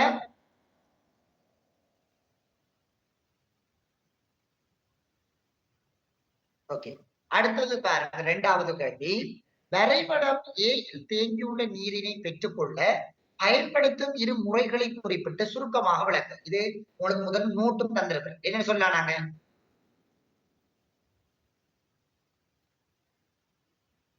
ஆழமான கிணறுகள் ஏயில் இருக்கிறது. ஆழமான கிணறுகள், ஆர்டிசியன் கிணறுகள். ஆழமான கிணறுகள், ஆர்டிசியன் கிணறுகள், துளை கிணறுகள். வெளிக்கொள்ளுது. இது மூன்று மனிதன். ஆழமான கிணறுகள், ஆர்டிசியன் கிணறுகள், துளை கிணறுகள். ஆழமான கிணறுகள், ஆர்டிசியன் கிணறுகள், துளை கிணறுகள். அதுக்குரிய நோட்டெல்லாம் நம்மளுக்கு தந்திருக்கிறேன் இல்லையா? சார் ஊற்றுக்கள் வராதா? என்ன பிள்ளை? ஊற்றுக்கள் விளங்கல. ஊற்றுக்கள் ஊற்றுக்கள் கீழே இருந்து வராது. அதுங்களுக்கு அந்த உட்புக விடா பாறைகள் இருந்தா ஊற்றுக்கள் வரும். எங்களுக்கு கீழே வராது. சரிதானே? தாய்ப்பாறையில ஊற்று வராது. கேளுங்கனதா? ஆர்டிசியன் கிணறுகளை கொஞ்சம் விளக்கப்படுத்துங்க. ஆர்டிசியன் கிணறுகள் பிள்ளைகள் அமுக்கங்களின் விரைவு, அதாவது புவியினுடைய உட்பகுதிகளில் ஆழமான வரையில் குழாய்கள் இடப்பட்டு அந்த ஆழமான தன்மைகளுக்குள்ள அமுக்கங்கள் பிரயோகிக்கப்பட்டு நீரினை மேலெடுக்கக்கூடிய செயல்முறையைத்தான் நாங்க என்னன்னு சொல்றோம்னா ஆர்டிசியன் கிணறுகள் என்று சொல்லி சொல்லுவோம். அதாவது நீர் வளங்கள் குறைவாக இருக்கக்கூடிய பகுதிகள்ல இந்த ஆர்டிசியன் கிணறுகள் வந்து அதிகமாக பயன்படுத்தப்படுகிறது. பொதுவாக இந்த ஆர்டிசியன் கிணறுகள் அமுக்கத்தை பயன்படுத்தி எடுக்கிறதால அதிகளவான நீரை வந்து வெளியில வந்து கக்கக்கூடிய தன்மைகள் வந்து பாத்தீங்கன்னா இந்த ஆர்டிசியன் கிணறுகள் அதிகமாக இருக்கும். சரி என்னதா? அப்ப இதுல கீவேர்ட்ஸ் வந்து அமுக்கத்தை பிரயோகிக்கிறேன் வரணும்னா சார். என்னண்டு? இதுல கீவேர்ட்ஸ் வந்து அமுக்கத்தை பிரயோகிக்கிற அப்படின்னு எடுக்கணும்னா சார். ஓ அமுக்கத்தை உதாரணமா நீங்க அடிச்சு அடிச்சு அடிச்சு அடிச்சு அடிச்சு அடிச்சு அடிச்சு விட்டீங்கன்னா தண்ணி அப்ப கொண்டு வரும். அந்த அந்த ஆர்டிசியன் அப்படித்தான். நீங்க நல்ல ப்ரெஷர் பண்ணி பண்ணி பண்ணி பண்ணி பண்ணி விட்டீங்கன்னா அப்ப குப்பு தண்ணி வரும். அதிகமான தண்ணி வரும். இந்த வாட்டர் பம்ப் மாதிரி இருக்கும். அது இந்த வாட்டர் பம்ப் இருக்கு தானே, அதே மாதிரிதான் இதுவும் இருக்கு. விளக்குதானே? அப்ப அந்த இரண்டு படைகளுக்கு இடைப்பட்ட அப்படின்லாம் பேசுறது இல்லையா? அந்த இரண்டு படைகளுக்கு இடையில் அமையப்பெற்ற அந்த மேற்படையில் அமுக்கம் பிரயோகிக்கப்படுற மாதிரி எல்லாம் எழுதலாம். நீங்க அத இன்னும் என்ன செய்யலாம், மெருகூட்டி அதையும் எழுதலாம். ஒரு வரைவிலக்கணம் எழுதலாம், ஒரு பிள்ளையும் இல்லை. Okay sir, thank you sir. கேளுங்க அக்னா. சரி, இதுக்கு நோட் தாங்க சார். சரி, நோட் தாங்க. முதல் தந்திரான இல்லையா நோட் எடுக்கலாம்? சரி, என்கிட்ட இல்ல சார், தானே. எங்கள்கிட்ட இல்ல சார். ஞாபகம் இருக்க முடியும். நான் இது எனக்கு எழுதி கொள்ளுங்க இப்ப நீங்க. சரி, இதே கேள்வி குரூப்ல போட்டுட்டா சரி. அந்த எனக்கு தந்த ஞாபகம் இருக்க முடியாது. நான் உங்களுக்கு நான் முதல் கேள்வியில தந்திருக்கிறேன். இப்ப இது படத்தை வச்சுக்கிட்டு இருக்கிறேன். அக்ஷயா நீங்க வந்தீங்களா? அக்ஷயா நான் முதல்ல தந்திருக்கேன் இல்லையா? அதுக்கெல்லாம் படிப்பிக்கும் போதெல்லாம் நாங்க குரூப்ல போட்டு விடுறோம் சார், போட்டோ வச்சு. சரி, ஓகே. நீங்க குரூப்ல ஒருக்கா போட்டு விடுங்க. எல்லாரையும் பொதுவாக ஜாயின் பண்ணிட்டு அப்ப உங்களுக்கு அந்த சிக்கல் வேற. சரிதானே? அப்ப நீங்க அதை குரூப்ல போட்டு விட்டீங்கன்னா சரி. சரி, இதே கேள்வி பிக்கு கேட்டு வந்தாக்கா? என்னது தம்பி? இது ஏக்கு தானே கேட்டு வந்திருக்கு. இதே பிக்கு கேட்டு வந்தா என்னென்ன கிணறுகள் வரும்? ஆழமற்ற கிணறுகள் வரும். ஆழமற்ற கிணறுகள் சாதாரணமாக வெட்டப்படும் கிணறுகள். ஆழமற்ற கிணறுகள் சாதாரணமாக வெட்டப்படும் கிணறுகள் என்று சொல்லி வரும். அதாவது துலா கிணறுகள் என்று சொல்லி எழுதுறாங்க. துலா கிணறுகள் ஆழமற்ற கிணறுகள் எல்லாம் பிக்கு வரும். ஊற்றுக்களும் வரும் தானே பிக்கு? ஊற்றுக்களும் வரும். ஊற்றுக்களையும் எழுதலாம். சரிதானே? Okay okay. விளங்கா தம்பி? Okay okay sir. அடுத்தது பாருங்க, இதுக்கு எல்லாரும் எழுதுவீங்க நினைக்கிறேன். நீர் மிதமிஞ்சிய பாவனை, அதாவது மிதமிஞ்சி பயன்படுத்தும் துறைகள் என்னென்ன துறை பிள்ளைகள்? உணவு உற்பத்தி, கைத்தொழில் துறை, அன்றாட நுகர்வு, விவசாயம் முக்கியமாக. உணவு உற்பத்தி, விவசாயத்துறை, கைத்தொழில் துறைகள், நகர பயன்பாடுகள், இதுகள் எல்லாமே அதெல்லாம் கூட டீச்சர்ஸ் கைட் நோட் இருக்குது. நீங்க பார்த்து எழுதலாம்னு நினைக்கிறேன். இதுக்கெல்லாம் பாடமாக்குவதில் ஜெனரலா வச்சு எழுதலாம். நீர் விளையாட்டு விளங்கல? சார் கைட்ல உள்ளதே தானே எழுதணும், ஜெனரலா எழுத இல்லவா? நீங்க உங்களோட மொழி நடையில எழுதலாம் பிள்ளை. இதுக்கெல்லாம் பாடமாக்கி எழுதுறது இல்ல. இதுக்குள்ள நீங்க உங்களோட மொழி நடையில ஜெனரலா எழுதலாம். விளங்குதாமாண்ணா? கட்டாயம் அந்த சதவீதம் போட்டு எழுதணுமா? அந்த தலைப்பு இருக்கு. உதாரணமா விவசாயத்துறை என்று சொல்லி போட்டு நீங்க பொதுவா எழுதலாம். எப்படி எழுத போறீங்க? உலகளாவிய ரீதியில் நன்றி நுகர்வின் முதலிடத்தில் இருப்பது விவசாயத்துறைகளாகும். அதிகளவாக நீர்ப்பாசனங்கள் வெட்டப்பட்டு அதிகளவான நீர்கள் வந்து பாய்ச்சப்படுகின்ற தன்மைகள் அதிகமாக காணப்படுகிறது. பயிற்சிக்கு ஒரு குறிப்பிட்டமான நீர்களே போதுமானதாக இருக்கின்ற திருமணமான நீர்கள் நீர்ப்பாசன முறைகளாக மேற்கொள்ளப்படுகிறது. உதாரணமாக தென்னை நெல் பயிற்சிகளில் நீர் மிதமின்றி பயன்படுத்துகின்ற தன்மைகள் வந்து அதிகமாக காணப்படுகிறது. இது நிலத்தகைய பிரதேசங்களில் நீர் தட்டுப்பாடுகள் அதிகம் ஏற்படுவதற்குரிய காரணமாகவும் பார்க்கப்படுகிறது. சரிங்க, விவசாயமும் உணவு உற்பத்தின்னு சொல்றது ஒன்று தானே சார், இல்லாட்டி வேற வேறையா? கிட்டத்தட்ட ரெண்டும் ஒன்றுதான். விவசாயம் உணவு உற்பத்தியும் ஒன்றுதான். நீங்க இல்ல இரண்டையும் உண்டா கதைங்களேன். அப்ப நீங்க விவசாயம் அல்லது உணவு உற்பத்தி, அடுத்தது கைத்தொழில், அடுத்தது நகராக்கம் அல்லது நகர பயன்பாடு, அதுல வீட்டு தேவைகள் அதுகளை வச்சு எழுதலாம். சொல்லுதாங்க. நீர் விளையாட்டுகள் அதுவும் எழுதாங்க சார். நீர் விளையாட்டுகள் என்ற நீர் விளையாட்டுகளை எழுதலாம். நீர் விளையாட்டுகள் வரும். இந்த போக்குவரத்தும் வரும் தானே சார்? நம்ம பயன்படுத்துவாங்க. ஆனா நீர் எந்த ஒரு வைப்படுத்த மாட்டாங்க.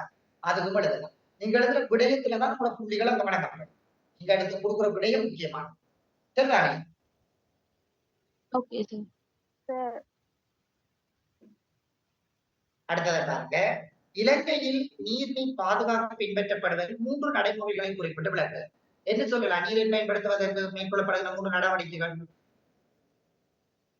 மழை நீரை சேமித்து பயன்படுத்தல், மழை நீரை சேமித்து பாதுகாக்கிறது, மிதமிஞ்சிய பாவனையை குறைத்தல், மிதமிஞ்சிய பாவனைகள் குறைத்தல், நீர் மாசடைவதனை தடுத்தல், ஈரநிலங்களை பேணி பாதுகாக்கிறது. இதுக்கெல்லாம் ஜெனரலா எழுதுறது.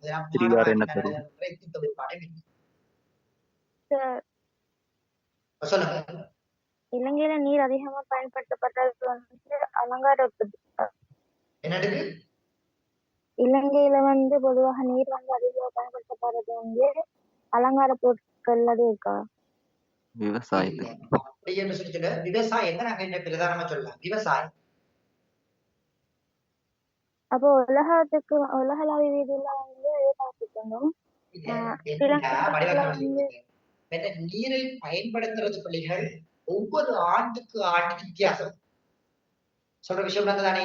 இப்படியான இந்த வித்தியாசமான புதர்க்கமான கேள்விகள் உங்களோட பேப்பருக்கு வராது. நீங்க அதை நினைச்சு குழம்ப வேண்டிய எந்த தேவைப்பாடும் சரிதானே?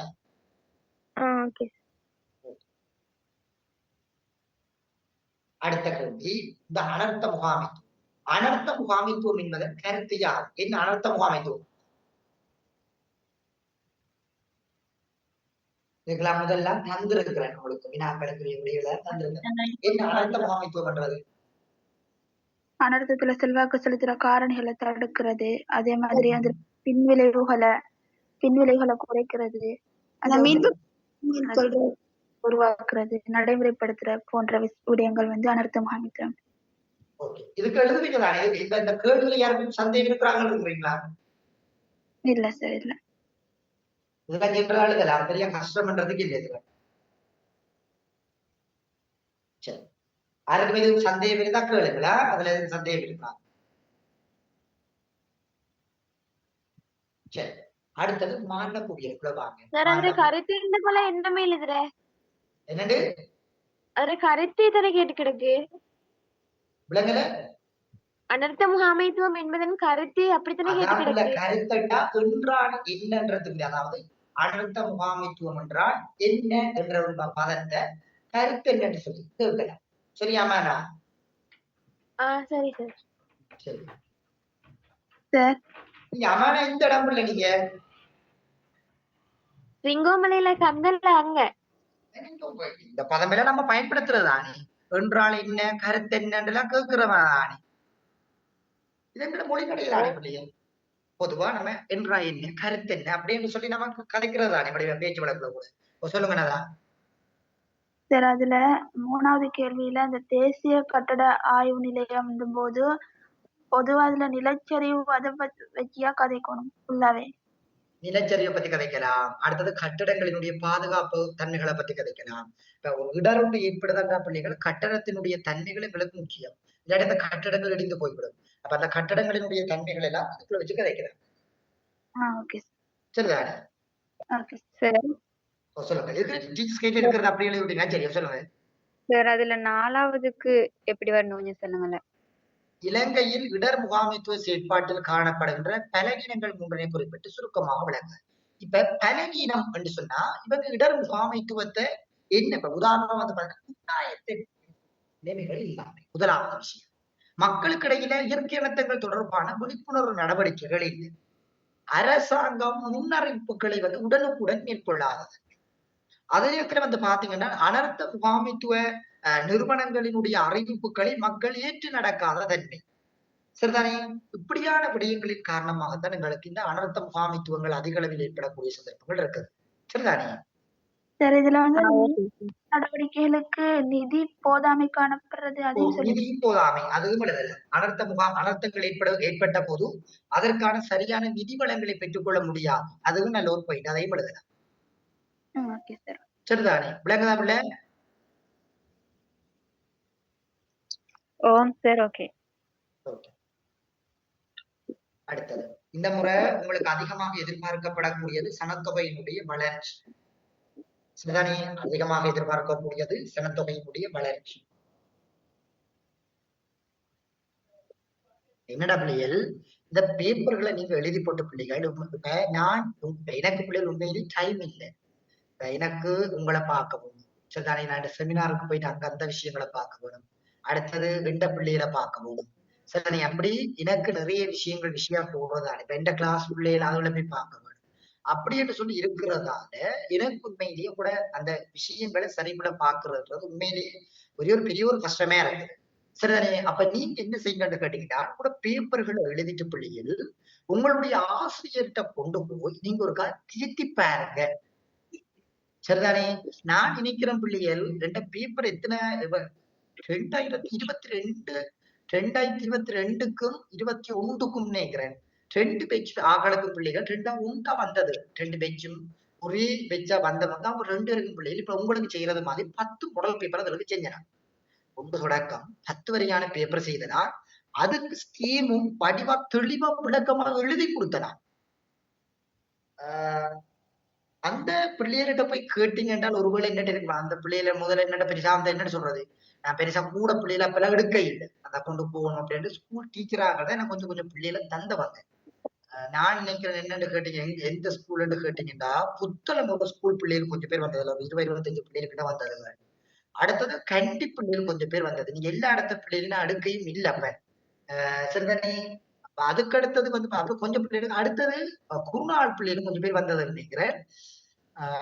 அதுகள்கிட்ட புக்ஸ்கள் இருக்கு அதுல விடையோட கொடுத்துருந்தேன். நீங்க தேட வேண்டியதை பாடு இல்ல சொல்றேன். நான் ஒரு அந்த பேப்பர் அந்த புக்ஸ் நீங்க எடுத்தீங்கன்னா அடுத்தது 2023, 24, 25 இது 3 அனுசரிட்டு இருக்குது. நீங்க கேட்டீங்கன்னா அனுப்புவேன். 2 பேப்பர் கேட்டீங்கன்னா அனுப்புவேன்.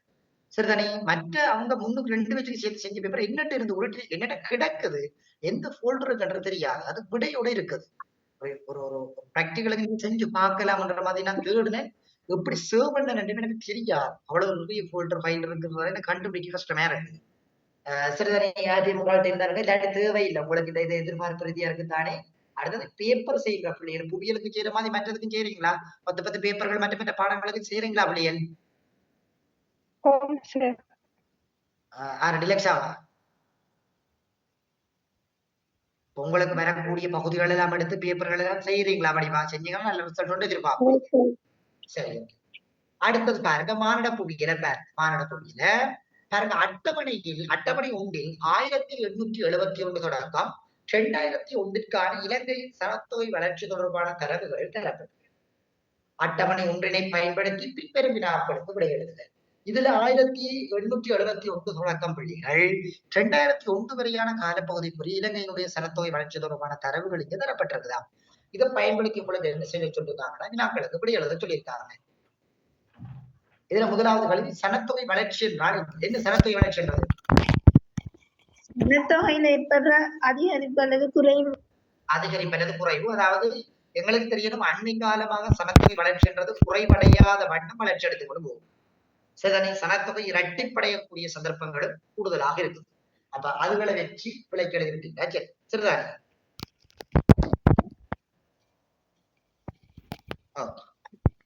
அடுத்த 2வது வழி பாருங்க.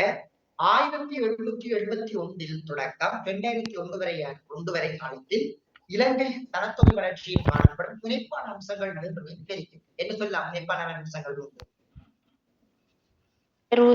பெருமானத்தை வச்சு கதைக்கு உயர்தாழ பெருமானம் மற்ற தட்டி காட்டுறது ஒப்பிட்டு எழுதுறது. அதுல எழுதுறதுல யாருக்கு சந்தேகம் இருக்கிறீங்களா?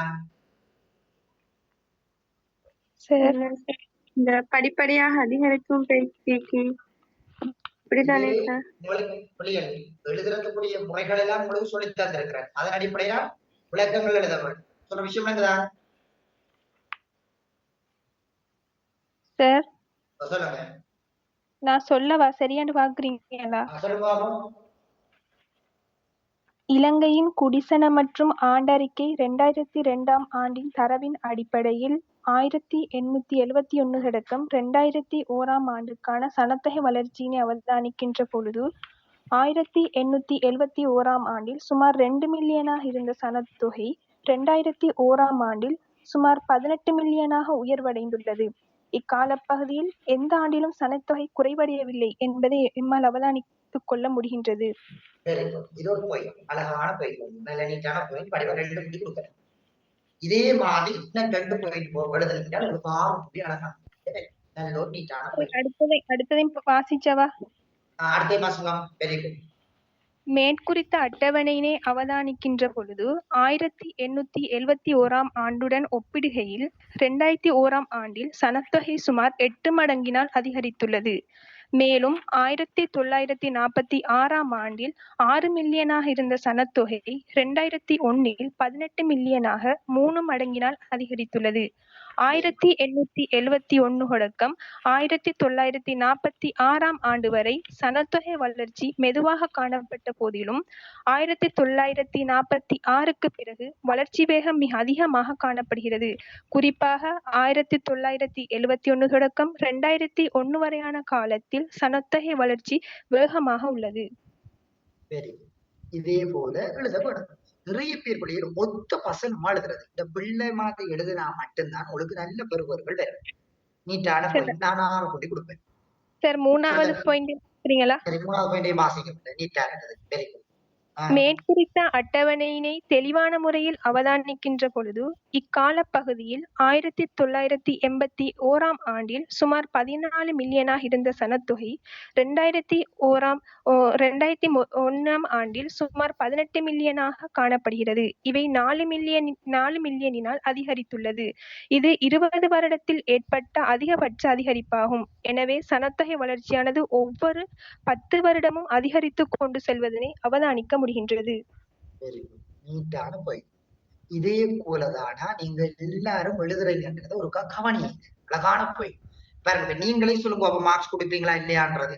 பாத்தீங்களா, இவ்வளவு தெளிவா நீட்டா விளக்கமா அழகா வடிவழி இருக்கிறார். பாத்தீங்களா, இதே போல இருக்கப்படும். இப்படி எழுதுறீங்கன்னா மட்டும்தான் உங்களோட பேப்பர் ஒரு அழகான முறையில் இருக்கும். அப்ப நீங்க யோசிப்பாங்க, இப்படி எழுதுற டீச்சரார்கள் இந்த பிள்ளை வந்து கெட்டித்தனமான ஆள் போல என்று சொல்லி அதுலயும் உங்களுக்கு 6 புள்ளி அப்படி ஃபுல்லா தூக்கி போடுவாங்க. ஒன்று கூட குறைக்காம போடுவாங்க. இப்படி எழுத வேணும். நிறைய பிள்ளைகள் அந்த செமினார்களுக்கு எல்லாம் போயிருக்கிற பிள்ளைகள் எழுதவே தெரியாம நிறைய பேர் இருக்குதுகள். பிள்ளைகள் கிளாஸுக்கு போகுதுகள், எழுத தெரியாது. ஏன் தான் போகுதுன்றது எனக்கு என்ன தெரியாது. டீச்சர்கிட்ட போய் கேட்க டீச்சர் சொல்றா, நம்ம சொல்லி கொடுத்தா சார் அதுகள் கிளாஸ்ல சொல்ற விஷயத்தை தான் மகுட வாசகமா நினைக்குதுகள் சார். அப்ப நம்ம என்ன சொல்றதுன்னு கேட்கிறா டீச்சர். சரி, யார்கிட்ட கிளாஸுக்கு போறீங்கன்னு சொல்லி போய் பார்த்தா ஒன்றிகள் சொல்ற போய் ஆக்களை போய் பார்த்தோம்னா சரியான ஒரு சின்சியரா கொண்டு போகக்கூடிய ஆட்களாக இருக்க மாட்டான். இப்படியே நான் செய்யறதுக்கு அதான் எனக்கு நான் என்ன நம்ம சொல்றது இதுகள் அதுகள்ற மூப்புக்கு ஆடுதுகள். நம்ம சொல்ற விஷயங்களை எல்லாம் கேட்காம அதுகள் சொல்றதான் சரியான நடக்கிற பிள்ளைகளுக்கு அனுபவம் தான் ஒரு பாடமா அமையும். வேற ஒன்றும் இல்லை. இந்த சாரான்ற பிள்ளை எழுதிருக்குது அழகான முறையில வடிவா எழுதியிருக்கிறான். இதே போல நீங்க எல்லாரும் எழுதப்படும். கேளுங்க அப்துல்லா. சீமா அப்துல்லா கேளுங்க தம்பி. சரி, அந்த விளக்கத்துக்கு பாயிண்ட்ஸ் கொடுக்கணும் தானே, அது எப்படி பாயிண்ட்ஸ் கொடுக்குற மேல? இல்ல பாயிண்ட்கள் கொடுத்து எழுதுற இல்ல தம்பி, அதை ஒவ்வொன்றையும் பாயிண்டா விளக்கி வந்தீங்கன்னா சரி. பாயிண்ட் கொடுத்து அதுக்கீழே விளக்கணும்ன்ற அவசியம் இல்லையா? ஓ, நீங்க பிள்ளை ஜீவா இருக்கிறீங்களா? பிள்ளை ஜீவா சார், நீங்க எழுதி வச்சிருக்கீங்களா இல்ல எழுதாம எனக்கு பார்த்து சொன்னீங்களா? எழுதின சார், எல்லாத்துக்கும் வீடு எழுதுனீங்க. எனக்கு அந்த நீங்க எழுதுறதுக்குரியதை ஸ்கிரீன்ஷாட் அடிச்சு ஒரு குரூப்ல போட்டுருங்க, இவங்க எல்லாரும் பார்க்கட்டும். சரிதானே? சரி சார். ஓகே. மற்றாக்கள் பிள்ளை இதே மாதிரி எழுதுங்க. இப்ப நான் அந்த பிள்ளையை உயர்த்தி உங்களை தாழ்த்தி வைக்க அப்படி கரைக்கல. நீங்க அப்படி நினைச்சீங்கன்னா நீங்க முட்டாள்கள். நான் சொல்றது அந்த பிள்ளையை விட நீங்க வடிவா எழுத வேண்டும் நான் சொல்லுவேன். அந்த பிள்ளையை விட நீங்க மார்க்ஸ் கூட எடுக்க வேண்டும். சொல்ற விஷயம் தானே, உங்களுக்கு போட்டி இருக்க வேணும். இவன் இந்த பிள்ளைய விட நான் ஒரு மார்க்ஸ் கூட எடுக்க வேணும்ன்றதுதான் நீங்க முறை அப்படி ஒரு போராட்டமா படிக்க வேணும். அதான் சொல்ற விஷயம் தானே. பிள்ளைகள் ஒரு விஷயத்த வடிவா கவனிங்க. நீங்க ஃபர்ஸ்ட் கிளாஸ் எடுத்தீங்கன்னா இப்ப கொஞ்சம் ஆக்டிவா இருக்கணும். ஏஎல்ல ஆக்டிவா இருந்து யூனிவர்சிட்டிக்கு போனீங்கன்னா தான் உங்களுக்கு ஃபர்ஸ்ட் கிளாஸ்ன்றது கிடைக்கும். இங்கேயே இந்த மாய்ச்சல் பட்டு சோர்ந்து இருக்கிற ஆட்கள் அங்க போய் ஒன்றும் செய்ய மாட்டீங்க. அங்கேயும் பெரிய நொடி தானே இருப்பீங்க அந்த லெக்சர் ஹால்ல போயிட்டு. கொஞ்சம் ஆக்டிவா கதைக்க வேணும், பேச வேணும். ஒரு சமூகத்துக்குள்ள நிறைய பிள்ளைகளை கொண்டா பிள்ளைகளுக்கு தலைவட்டிக்கு இந்த பிள்ளைகள் கதைக்கவே மாட்டேங்குது. சில பிள்ளைகள் மட்டும் இருக்குதுங்க. ஒரு செமினார்களுக்கு போய் கேள்வி கேட்டா பேசாது. என்ன பேர் பிள்ளைன்னு கேட்டா சத்தம் பாறை இந்த வெளிய. ஏன்டா இந்த பிள்ளைகள் இப்படி இருக்குன்னு எனக்கு தெரியும். ஒரு சமூகத்துக்குள்ள பிள்ளை நாளைக்கு கொலைக்கிழமை இந்த சீபான்ற பிள்ளையும் இந்த வடிவா கதைக்குது. ஒரு நாளைக்கு நீங்க ஒரு டிஎஸ் வந்துட்டீங்க. அப்ப எப்படி சமூகத்தை கொண்டு நடத்துவீங்க? அப்படியே படிக்கிறீங்க. ஒரு ஒரு விஷயத்தை அழுத்தமா கதைக்க தெரியாதாக்கள், பேச தெரியாதாக்கள் இல்ல அப்படியே இப்ப படிக்கிறீங்க. அப்ப எப்படி நீங்க ஒரு சமூகத்தை கொண்டு நடத்த போறீங்க? ஒரு டீச்சரா அப்படி வர போறீங்க, ஒரு ஸ்கூலுக்கு அப்படி பிரின்சிபலா வர போறீங்க, ஒரு ஜிஎஸ் அப்படி வர போறீங்க, ஒரு டிஎஸ் அப்படி வர போறீங்க. அப்ப அந்த எப்படி இந்த சமூகத்தை கொண்டு நடத்த போறீங்க? அப்ப நீங்க படிச்சு வேலைக்கு வரப்போறன்ற விஷயங்கள் எல்லாமே சேவைகள். அதாவது இன்னும் ஒரு சமூகத்துக்கு செய்ய வேண்டி வரும், அல்லது உங்களோட சமூகத்துக்கு செய்ய வேண்டி வரும், உங்களோட இடத்துக்கு செய்ய வேண்டி வரும். இது பிள்ளை சேவைகள். நாங்க செய்யறது எல்லாமே சேவைகள். அப்ப கதைச்சு பேசி அழுத்த திருத்தமா ஒரு விஷயத்தை எடுத்து காட்டி கதைக்கக்கூடிய தன்மைகளை வளர்த்துக் கொள்ள வேண்டும். ஒரு அறிவார்ந்த ரீதியில கதைக்கிறதுக்கு பேசுறதுக்கு எல்லாம் பழகிக் கொள்ள வேண்டும். இது உங்களை மட்டுமில்ல, உங்களோட சமூகத்தையும் உங்களுடைய பாடசாலையும் வளர்த்துக் கொள்ளும். சரிதானே? எனக்கு சீபா எழுதின விட 100% திருப்தி. அந்த பிள்ளை மாதிரி நீங்களும் எழுதினா எனக்கு திருப்தி. அவ்வளவுதான் நான் சொல்லுவேன். சரி, ஓகே. இப்ப அடுத்த விஷயத்துக்கு என்ன பிள்ளை? பாயிண்ட்ஸ் போட்டு எழுதேனா? பாயிண்ட் போட்டு எழுத இயலாத அணுகிறீங்க. எழுதலாம், அதுக்காண்டி ஒத்த லைன் எழுதக்கூடாது. இப்ப இந்த முனைப்பான பண்புகளை விவரிக்குன்னு கேட்டா நீங்க ஒவ்வொன்றையும் பாயிண்டா கொடுத்து சீபா சொன்னா பாருங்க, அதே போல எழுதலாம். ஒரு பிரச்சனையும் இல்லை. சரிதானே? முனைப்பான பண்புக்கு மட்டும், மற்றதுக்கு வேறு விதமா தான் எழுதணும். அதாவது குறிப்பிட்டு போட்டு அதுக்கு விளக்கு. சரிதானே? சரி, அடுத்த விஷயத்துக்குள்ள வாங்க. இலங்கையின் சனத்தொகை வளர்ச்சி தொடர்பாக ஏற்பட்டுள்ள பிரச்சனைகள் முன்னை சுருக்கமாக விளக்குவது. என்ன சொல்ல நாங்க சனத்தொகை தொடர்பாக ஏற்பட்டுள்ள பிரச்சனைகள்? வேலை தட்டுப்பாடு, உணவு நெருக்கடிகள், வளங்கள் பறிமுதல் இல்லையா, சன நெருக்கடி, இடப்பற்றாக்குறை, இதுகள் அதை சொல்லி விளக்கி எழுதிவிட்டீங்களா? ஓகே, நான் எது எழுதுவீங்கன்னு கேட்கிறேன். இதுல யாருக்கும் சந்தேகம் இருக்கிறீங்களா? சரி, அடுத்தது. இலங்கை அரசு சனத்தொகை வளர்ச்சி தொடர்பான பிரச்சனைகளை இழிவளவாக்கி கொண்டு வரும் நடவடிக்கைகள் முன்னே குறிப்பிட. இதனால இந்த பட்சம் தமிழ்ல போடலாம். இந்த சனத்தொகை வளர்ச்சி தொடர்பான ஏற்பட்டது எங்களுடைய இலங்கையில பிள்ளைகள் சனத்தொகை வளர்ச்சி மிக முக்கியதொரு பாரதூரமான ஒரு பிரச்சனையை ஏற்படுத்தியிருக்கு. சனத்தொகை வளர்ச்சி இன்றைக்கு எங்கட நாட்டுல குன்றி கொண்டு வருகிறது. எங்களுடைய நாட்டுல சனத்தொகை வளர்ச்சி குன்றி கொண்டு வருகிறது. நீங்க எல்லாரும் நியூஸ்ல கேள்விப்பட்டிருப்பீங்க. இப்ப குழந்தைகள் எல்லாம் பிறந்தா பணம் தாரன்னு சொல்லியிருக்கிறாங்க. திருமணம் முடிச்சா வீடு கட்டி தாரன்றாங்க. பாராளுமன்றத்துல மிகப்பெரிய ஒரு வாக்குவாதம் ஒன்று நடக்குது. என்னன்னு கேட்டீங்கன்னா, அரசாங்க உத்தியோகத்தில் இருக்கிறவங்களுக்கு லீவு கொடுக்குவாமா, பிள்ளைகளை பெற்றெடுக்கிறதுக்கு லீவு கொடுக்குவாங்க.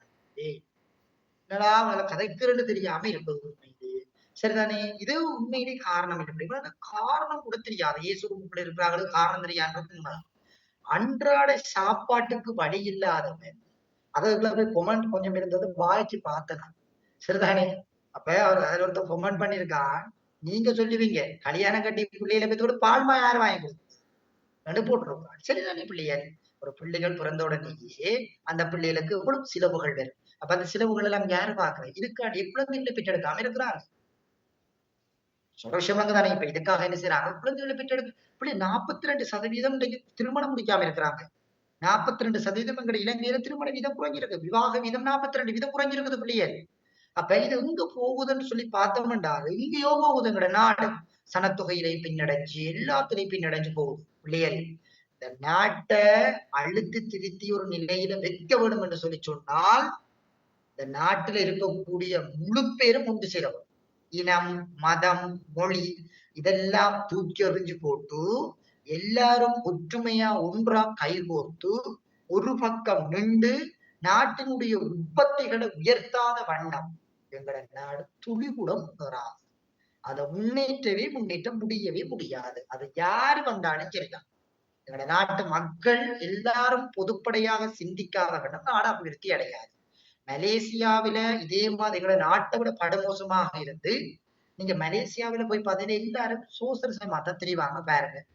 இவங்க அந்த மதம், இவங்க இந்த மதம், இவங்க அப்படி தெரிய மாட்டாங்க. பாருங்க பின்லாந்து எல்லாம் ஒரு காலகட்டத்துல மிகவும் ஏழ்மையில் இருந்த நாடுகள் இன்றைக்கு உலகத்திலே மகிழ்ச்சிகரமான நாடுகளாக உருவாக்கப்பட்டிருக்கிறதுக்குரிய காரணங்களும் அதுதான். அப்ப இதெல்லாமே என்ன காரணம் என்று கேட்டீங்கன்னா பிளவுகளை ஏற்படுத்தி எங்களோட நாட்டினுடைய உற்பத்திகளை குறைத்து, அப்ப இது சரியான முறைகள்ல கட்டி அமைக்கலாட்டி இன்னும் திருமணம் முடிக்காம ஆட்கள் அதிகரித்து பிறப்பு விதம் குறைவடையும். இது சனத்தொகை வளர்ச்சியை பாதிப்படைந்து இலங்கையினுடைய பொருளாதாரத்தை குன்ற செய்யும். அதுல எந்த மாற்றங்களும் இல்லை. அப்ப எங்களோட நாட்டுல நடக்கக்கூடிய அண்மை கால சட்ட திட்டங்களை வச்சு விளக்கி எழுதுங்க. இதுக்கெல்லாம் எங்களோட நாட்டுல அண்மை காலங்கள்ல நடக்கக்கூடிய சட்ட திட்டங்களை வச்சு எழுதுங்க. வேற 2 விஷயம் சொல்லியிருக்கேன். ஒன்று, திருமணம் முடிக்கிறவங்களுக்கு வீடுகள் அமைச்சு கொடுக்கிறது. 2வது, குழந்தைகளை பெறுறவங்களுக்கு பணத்தொகை ஊக்குவிப்பு தொகைகள் வழங்குறது. அடுத்தது, கர்ப்பிணி தாய்மார்களுக்கு பண வவுச்சர்கள் வழங்கப்பட்டிருக்குது. அப்ப இதுகள் எல்லாம் ஊக்குவிப்பு, அதாவது சனத்தொகை வளர்ச்சி விதத்தை ஊக்குவிப்பதற்கான எங்களோட நாட்டு அரசாங்கம் எடுத்திருக்கிற சட்ட நடவடிக்கைகள், அதாவது ஒரு என்ன சொல்ற திட்டங்கள் என்ற அடிப்படையில கொடுத்து விளக்கி எழுதலாம். சரிதானே? இதுல வளர்ச்சி தொடர்பான பிரச்சனை மேற்கொள்ளப்பட்ட நடவடிக்கை தானே கேட்டுக்கிறே. அதாவது சனத்தொகை வளர்ச்சின்றது பிள்ளைகள் உயர்வாகவும் இருக்கலாம், குறைவாகவும் இருக்கலாம். சனத்தொகை உயர்ந்து போகலாம், குறைவடைந்து வரலாம். அதுதான் சனத்தொகை வளர்ச்சி சொல்லி சொல்லுவீங்க. ஒன்று உயர்ந்து கொண்டு வரலாம் அல்லது வீழ்ச்சி அடைந்து கொண்டு வரலாம். சரிதானே? அப்ப அதுக்கு 2யும் சேர்த்தா விட எழுதணும், இல்லாட்டி ஒரு சைடுகளினா போதும்? 2யும் சேர்த்து எழுதுறது நல்ல. 2யும் சனத்தொகை வளர்ச்சிக்கு 2யும் சேர்த்து எழுதுறது நல்ல. ஆனா உங்கள்கிட்ட கேள்வி கேட்பாங்க, இல்லாட்டி இப்படி கேட்பாங்க. இந்த கேள்விய உங்கள்கிட்ட நேரடியா கேட்பாங்க, நீங்க யோசிக்காதீங்க. எப்படி கேட்பாங்க? இலங்கையில் சனத்தொகை வளர்ச்சி வீதம் குறைவடைந்து வருவதற்கு இலங்கை அரசாங்கம் எடுக்கின்ற நடவடிக்கைகளை அப்படி கேட்பாங்க. சொல்ற விஷயம் எல்லாமே அப்படியான பதங்களை பயன்படுத்தி உங்கள்கிட்ட கேள்வி கேட்பாங்களா? சரி, அதுக்கு அந்த கூடி வரும்னு கேட்டா எப்படி அதுக்கு விட? அப்படி சனத்தொகை அதிகரித்து கொண்டு வருதுன்னு சொல்லி கேட்டா, உதாரணங்கள் நாட்டுல குறைவடைந்து கொண்டு வரதுக்கு சனத்தொகை அதிகரித்து கொண்டு வருதுன்னு கேட்டீங்கன்னா குடும்ப கட்டுப்பாடுகளையும் கருத்தடை சாதனங்களையும் பயன்படுத்துவதன் மூலமாக மக்களுக்கு விழிப்புணர்வு. கணவன் மனைவிக்கு இடையில பாத்தீங்கன்னு சொன்னால் நெருக்க நிலைகளை குறைப்பதற்கான திட்டங்களை ஏற்படுத்துறது. அதே நேரத்துல பெண்களுக்கான கல்வி அறிவியத்தை கூட்டி விடுறது. இதெல்லாம் சனத்தொகை வளர்ச்சியை குறைக்கிறதுக்காக எடுக்கக்கூடிய நடவடிக்கைகளாக இருக்கும். சரிதானே? Okay okay okay. அடுத்தது விவசாயம். உலக விவசாயத்தில் ஏகாதிபத்தியத்தினை உரிதாக்கி கொண்ட 2 பல்தேசிய கம்பெனிகளை குறிப்பிடுங்க. என்னென்ன சொல்லலாம்?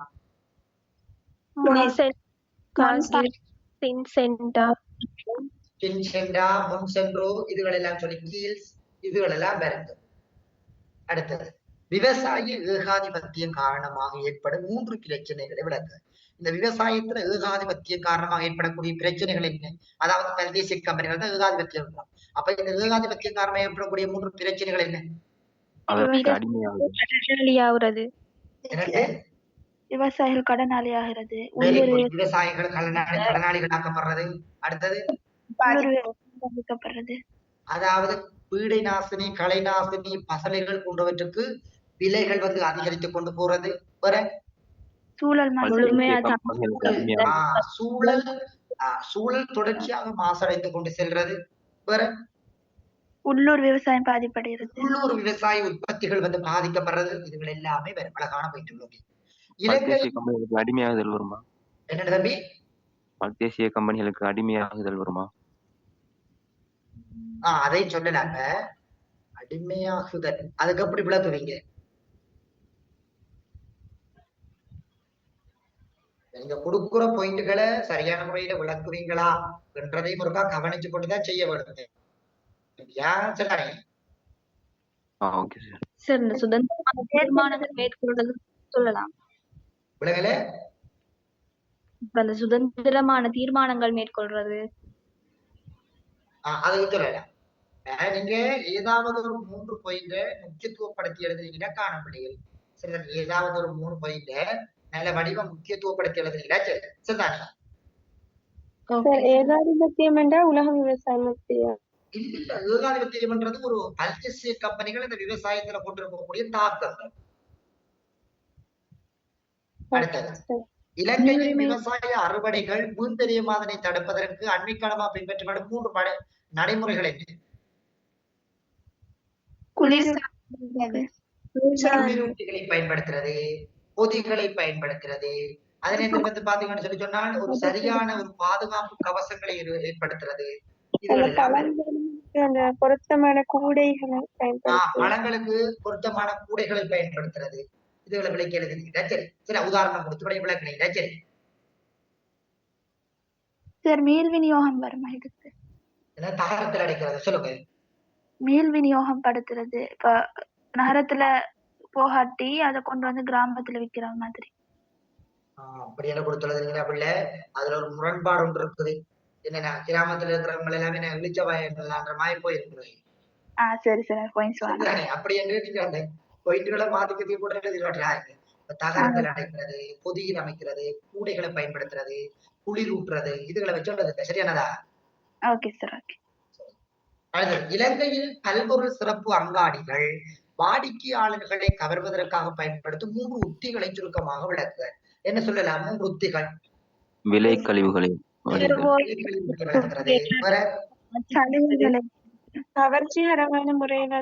கவர்ச்சிகரமான முறைகளை ஏற்படுத்துறது. அதாவது பொதிகள்.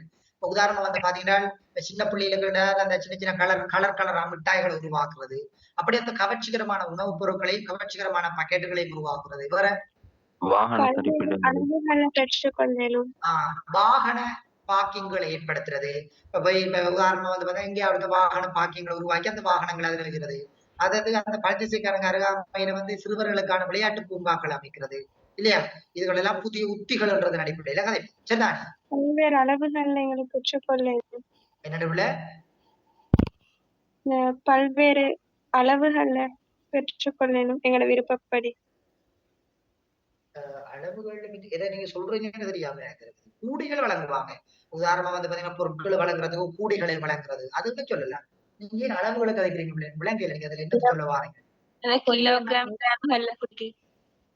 அந்த அளவுகளை வந்து பகுதி பகுதிகளாக பிரிச்சு வைக்கிறத சொல்றீங்களா? அதையும் எழுதலாம். அளவுகளை வந்து பகுதி பகுதிகளாக பிரித்து விற்பனை செய்யறது, விளம்பரப்படுத்துறது, இதுகள் எல்லாம் இதுக்குள்ளவே பொதுவான விஷயமா வச்சுபடி பண்ணிட்டு அப்படி எழுது. சரிதானே? எல்லா பொருளையும் ஒரே இடத்துல பெற்றுக்கொள்ளணும், அது வருமா? வரும். எல்லா இடங்களையும் ஒரே இடங்களை உதாரணம் வந்து பாத்தீங்கன்னா இந்த கீழ் சதனத்துல வந்து பாத்தீங்கன்னு சொல்லி சொன்னா இந்த ஃபுட் சிட்டி இதுகள் எல்லாம் வந்து பாத்தீங்கன்னா எல்லா இடங்களையும் ஒரே அளவில் பெற்றுக்கொள்ளக்கூடிய தன்மைகளை வந்து ஏற்படுத்துறது.